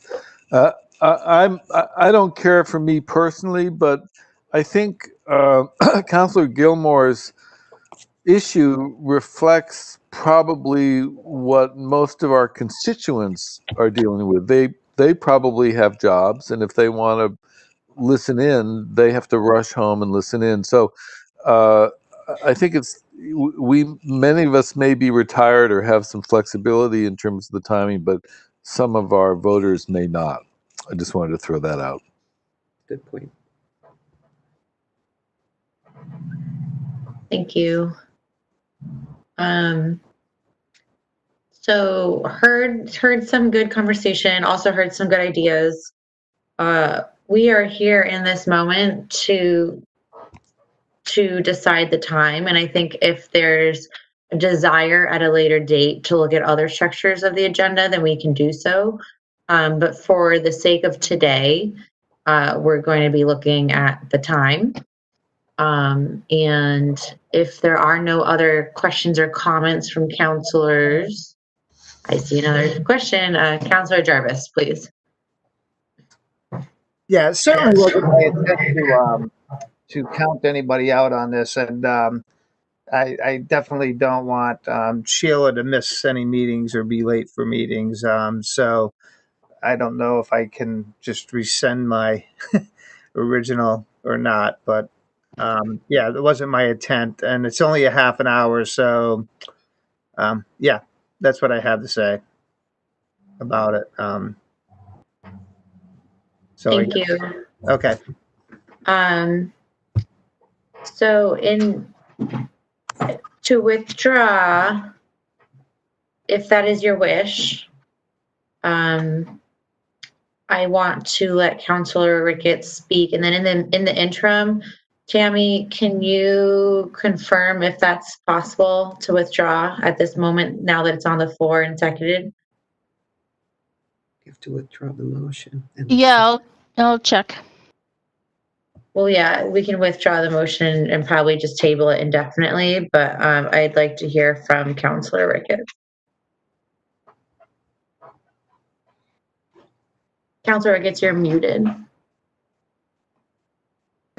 Yeah, I was basically going to say is that we really don't have any choice at this point. Councilor Gilmore will not be able to make the meetings on time. And she really wants to be there on time. So instead of like rescinding and everything, we just all vote no and leave it at 6, because 7. doing anything else basically means we don't want this one person. It's not like there was a choice or there was a flexibility or a give and take. So let's just all vote no and move on, because this is exactly what we're talking about here. This meeting started at 7 and we're almost going to be till 9, and we hardly had anything on the agenda tonight to discuss. So this is how it happens. So I would just like to call the question. And we'll vote. Councilor Jarvis. No. Councilor DeSorger. No.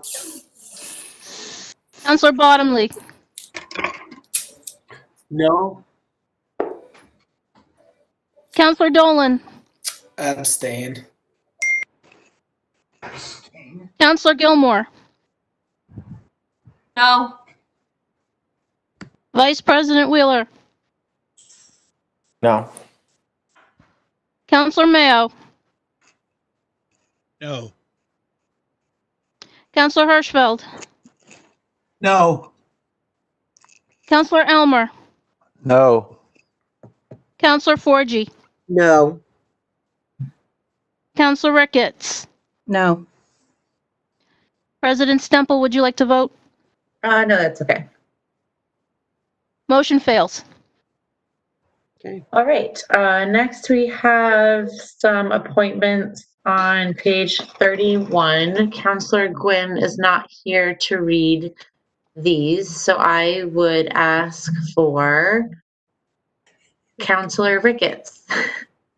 Okay, let's She looks like she's right on the page, so I didn't want to catch anyone off guard. No, I pulled it up before we had that big talk, before we started that discussion, because I thought you might do that. Let me just go back to it.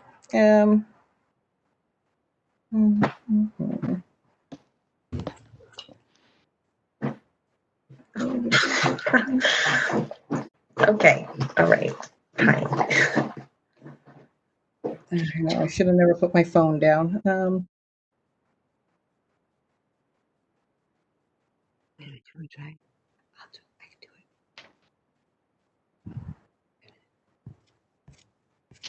Oh, it's the reappointments. Right.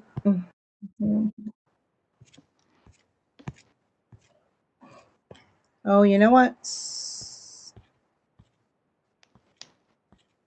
I know I have an older one because I have the one with me on it, and I know I'm not on this one.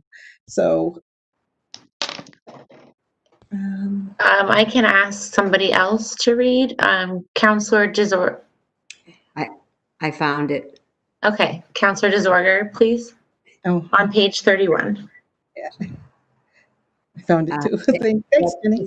That the Greenfield City Council, pursuant to Charter Section 2-10, affirms the following appointments/reappointments by the mayor as follows. Emily Ballard, Human Rights Commission, term to expire September 30th, 2023. Wendy Goodman, Human Rights Commission, term to expire September 30th, 2023. Tohib Bakare, Youth Commission, term to expire September 30th, 2023. Linda M. Smith, Council on Aging, term to expire September 30th, 2023. David Lewandowski, Board of Registrars Republican, term to expire April 30th, 2021. Wanda Pyfrom, Board of Registrars Republican, term to expire April 30th, 2022. Eva Carrier, Board of Registrars Democrat, term to expire April 30th, 2023. Walter Boyd, Zoning Board of Appeals, term to expire June 30th, 2023. Second, 4G. Thank you very much. Any discussion? Counselor Tammy. Tammy would like to speak. There we go. Just a point. I don't know if this is a big deal, but it might be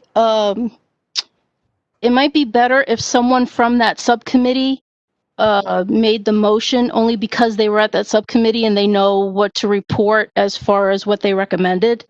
I don't know if that's mandatory. That's just a suggestion.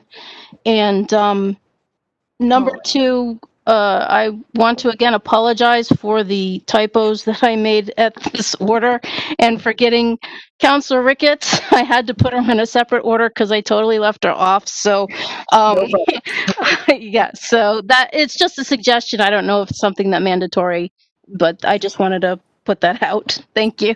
Thanks. I don't think we have to have someone from the committee read it, but if somebody from the committee would like to report out, that would be wonderful. Councilor Ricketts.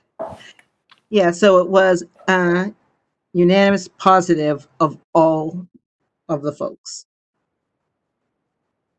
Thank you. And I also want to commend the mayor's office for really getting behind making sure that our committees are as full as possible. I know that we had a little bit of lag there for a little while, and we're seeing these appointments come through, and I think it's wonderful. I have a few comments here from Councilor Elmer, please. And you are muted, sir. I hope that the mayor has checked that the numbers are right. I was embarrassed to find out that we had voted to put someone on the Historical Society when there wasn't a vacancy. And I don't know how that's going to get resolved, but that slipped right through. None of us bothered to look to see whether there are vacancies for this, and I'm just going to take on faith that someone did their homework here. But it's something that we have to watch out for if the homework isn't done. That's what I had to say. Thank you for that. I also see a comment from Councilor Wheeler. Yes, I just want to note that one individual in this order has made bigoted statements, which I've heard in public and in private, and so I'll be abstaining from the vote for that reason, but it does not, should not be held against any of the other people. I'm sorry, Councilor Wheeler, you blanked out when you said comments. Could you repeat what you said? For me, anyway.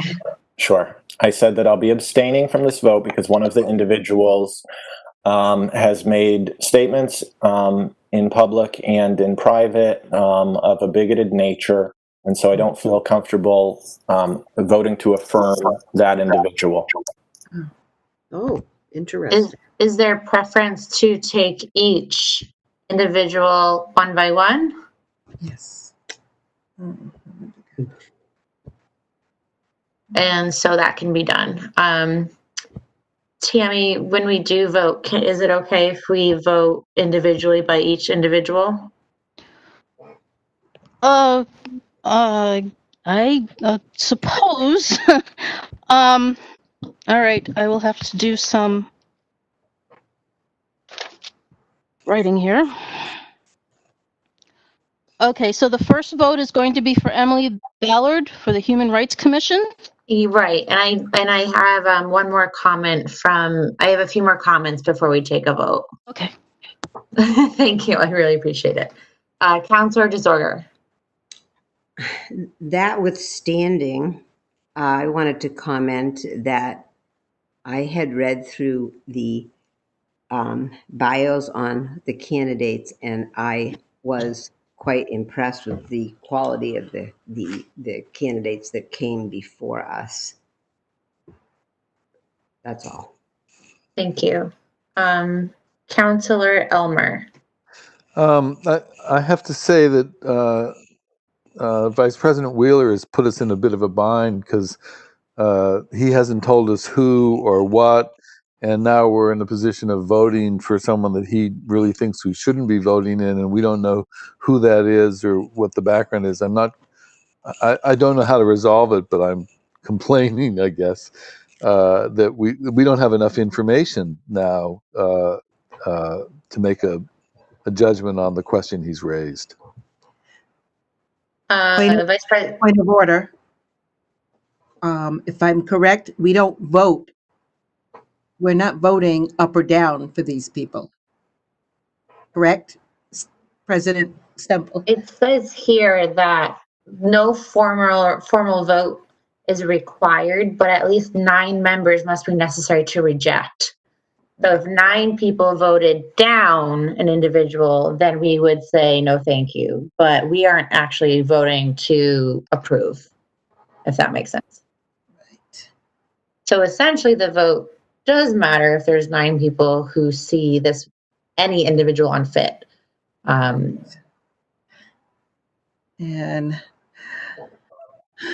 it's going to be difficult because where Councilor Wheeler sits, we would have voted so much before we got to him.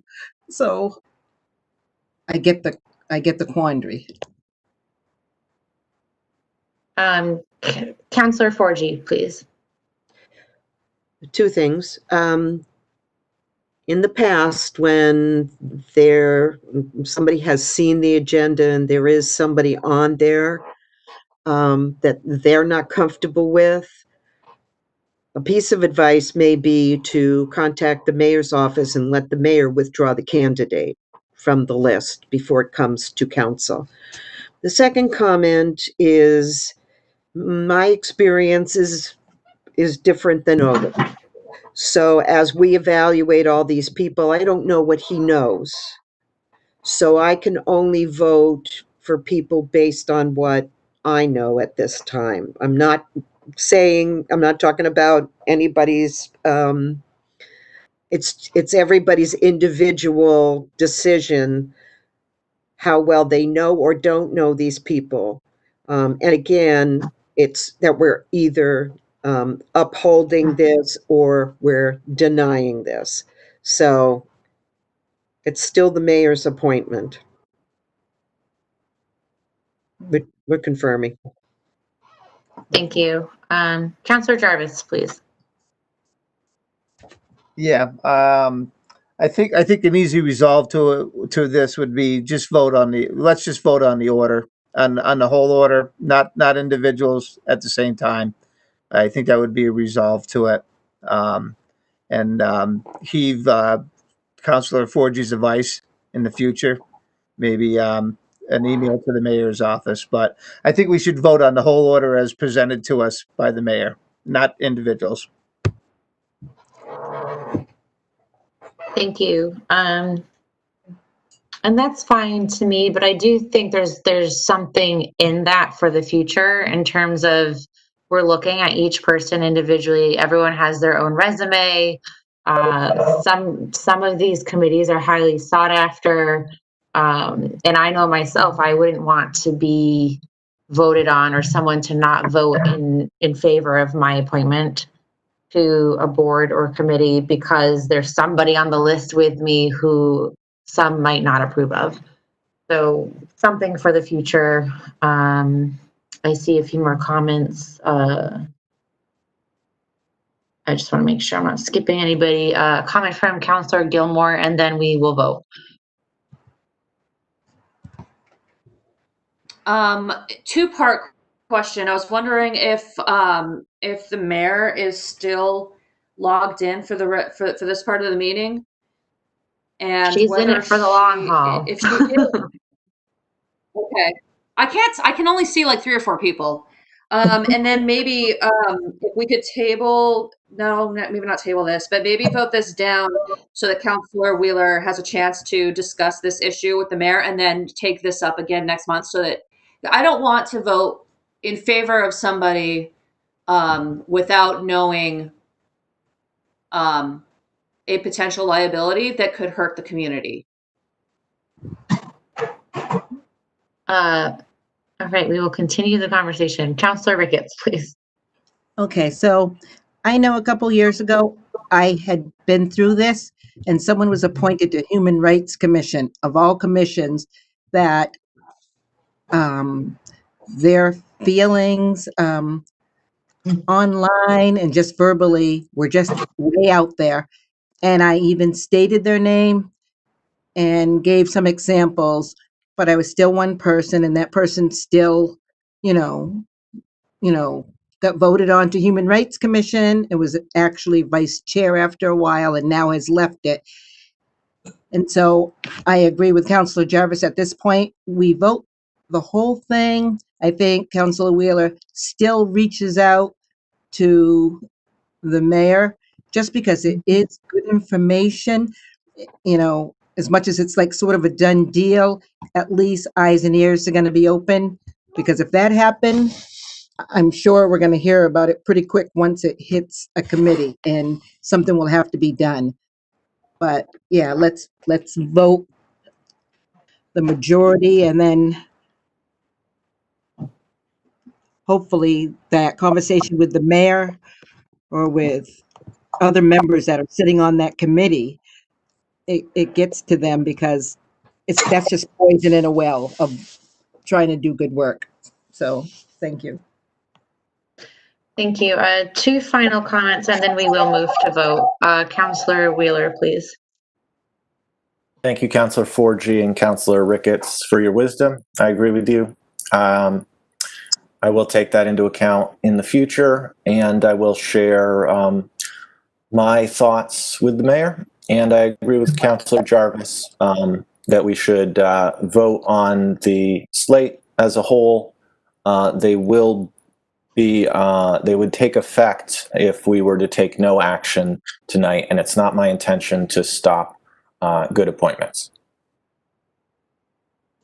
Councillor 4G, please. There's another element involved in this as well, and I do agree with the decision to vote the whole slate of people. But for the protection of Councillor Wheeler and the individual that's in question, I wouldn't like it to be aired or viewed or voted on in public where there might be a possibility for libel or slander. Thank you. And it just goes without being said, like, these are all volunteer roles, but some of these volunteer roles, ZBA or Board of Registrars, are very important roles. And so I will move to not hear appointments in slates in the future, just so we can consider individual appointments and resumes and everything else in the future. We have a huge voting conundrum during a pandemic, and the Board of Registrars is really integral to that. So that's really important. Youth Commission, overlooked, but also very important. So that's my 2 cents, and I will move forward. Please, Tammy, for a vote of the full slate. Councillor Jarvis? Yes. Councillor DeSorger? Yes. Councillor Bottomley? Yes. Councillor Dolan? Abstain. Counselor Gilmore, No.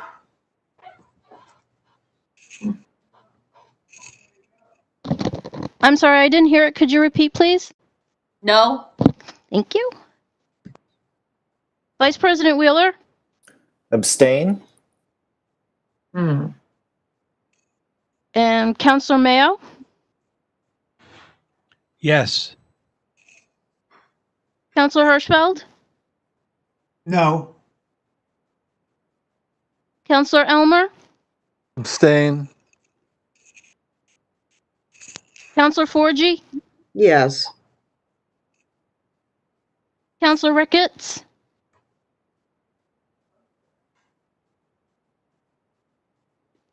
you're on mute. Oh, yes, my unmute wasn't unmuting. Okay. President Stemple, would you like to vote? No.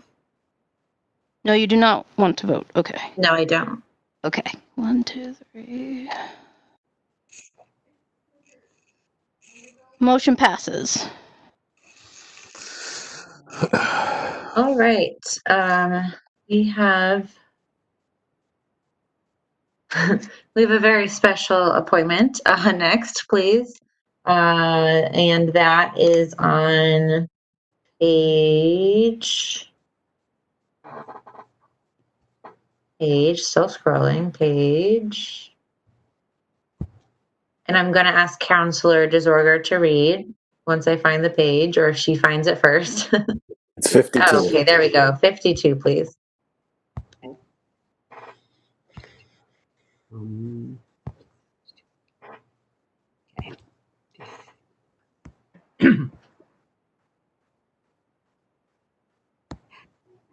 That the Greenfield City Council, pursuant to Charter Section 2-10, affirms the following reappointment by the mayor to the term of Youth Commission. Penny Ricketts, for a 3-year term to expire June 30th, 2023. Second, Forgy. Any discussion? Seeing none, we'll vote. Counselor Jarvis, Yes. Counselor Desorger, Yes. Counselor Bottomley, Yes. Counselor Dolan, Yes. Counselor Gilmore, Yes. Vice President Wheeler, Yes. Vice President Wheeler. That's a yes. Oh, okay, thank you. Counselor Mayo, Yes. Counselor Hirschfeld, Yes. Counselor Elmer, Yes. Counselor Forgy, Yes. Counselor Ricketts. Thank you. Abstain. President Stemple, would you like to vote? Yes, and it's a yes. Okay. The motion passes. And if you Yeah, I was would going to like, say, Tammy, you have the floor. I'm sorry. And if you would like, I can put appointments individually as individual motions. We usually put them together as one motion to kind of save time. But if you want, excuse me, if you want me from moving forward to put individual appointments for individual motions, I will certainly do that. Can we add that to the chairs committee in October? Yes. Please, thank you.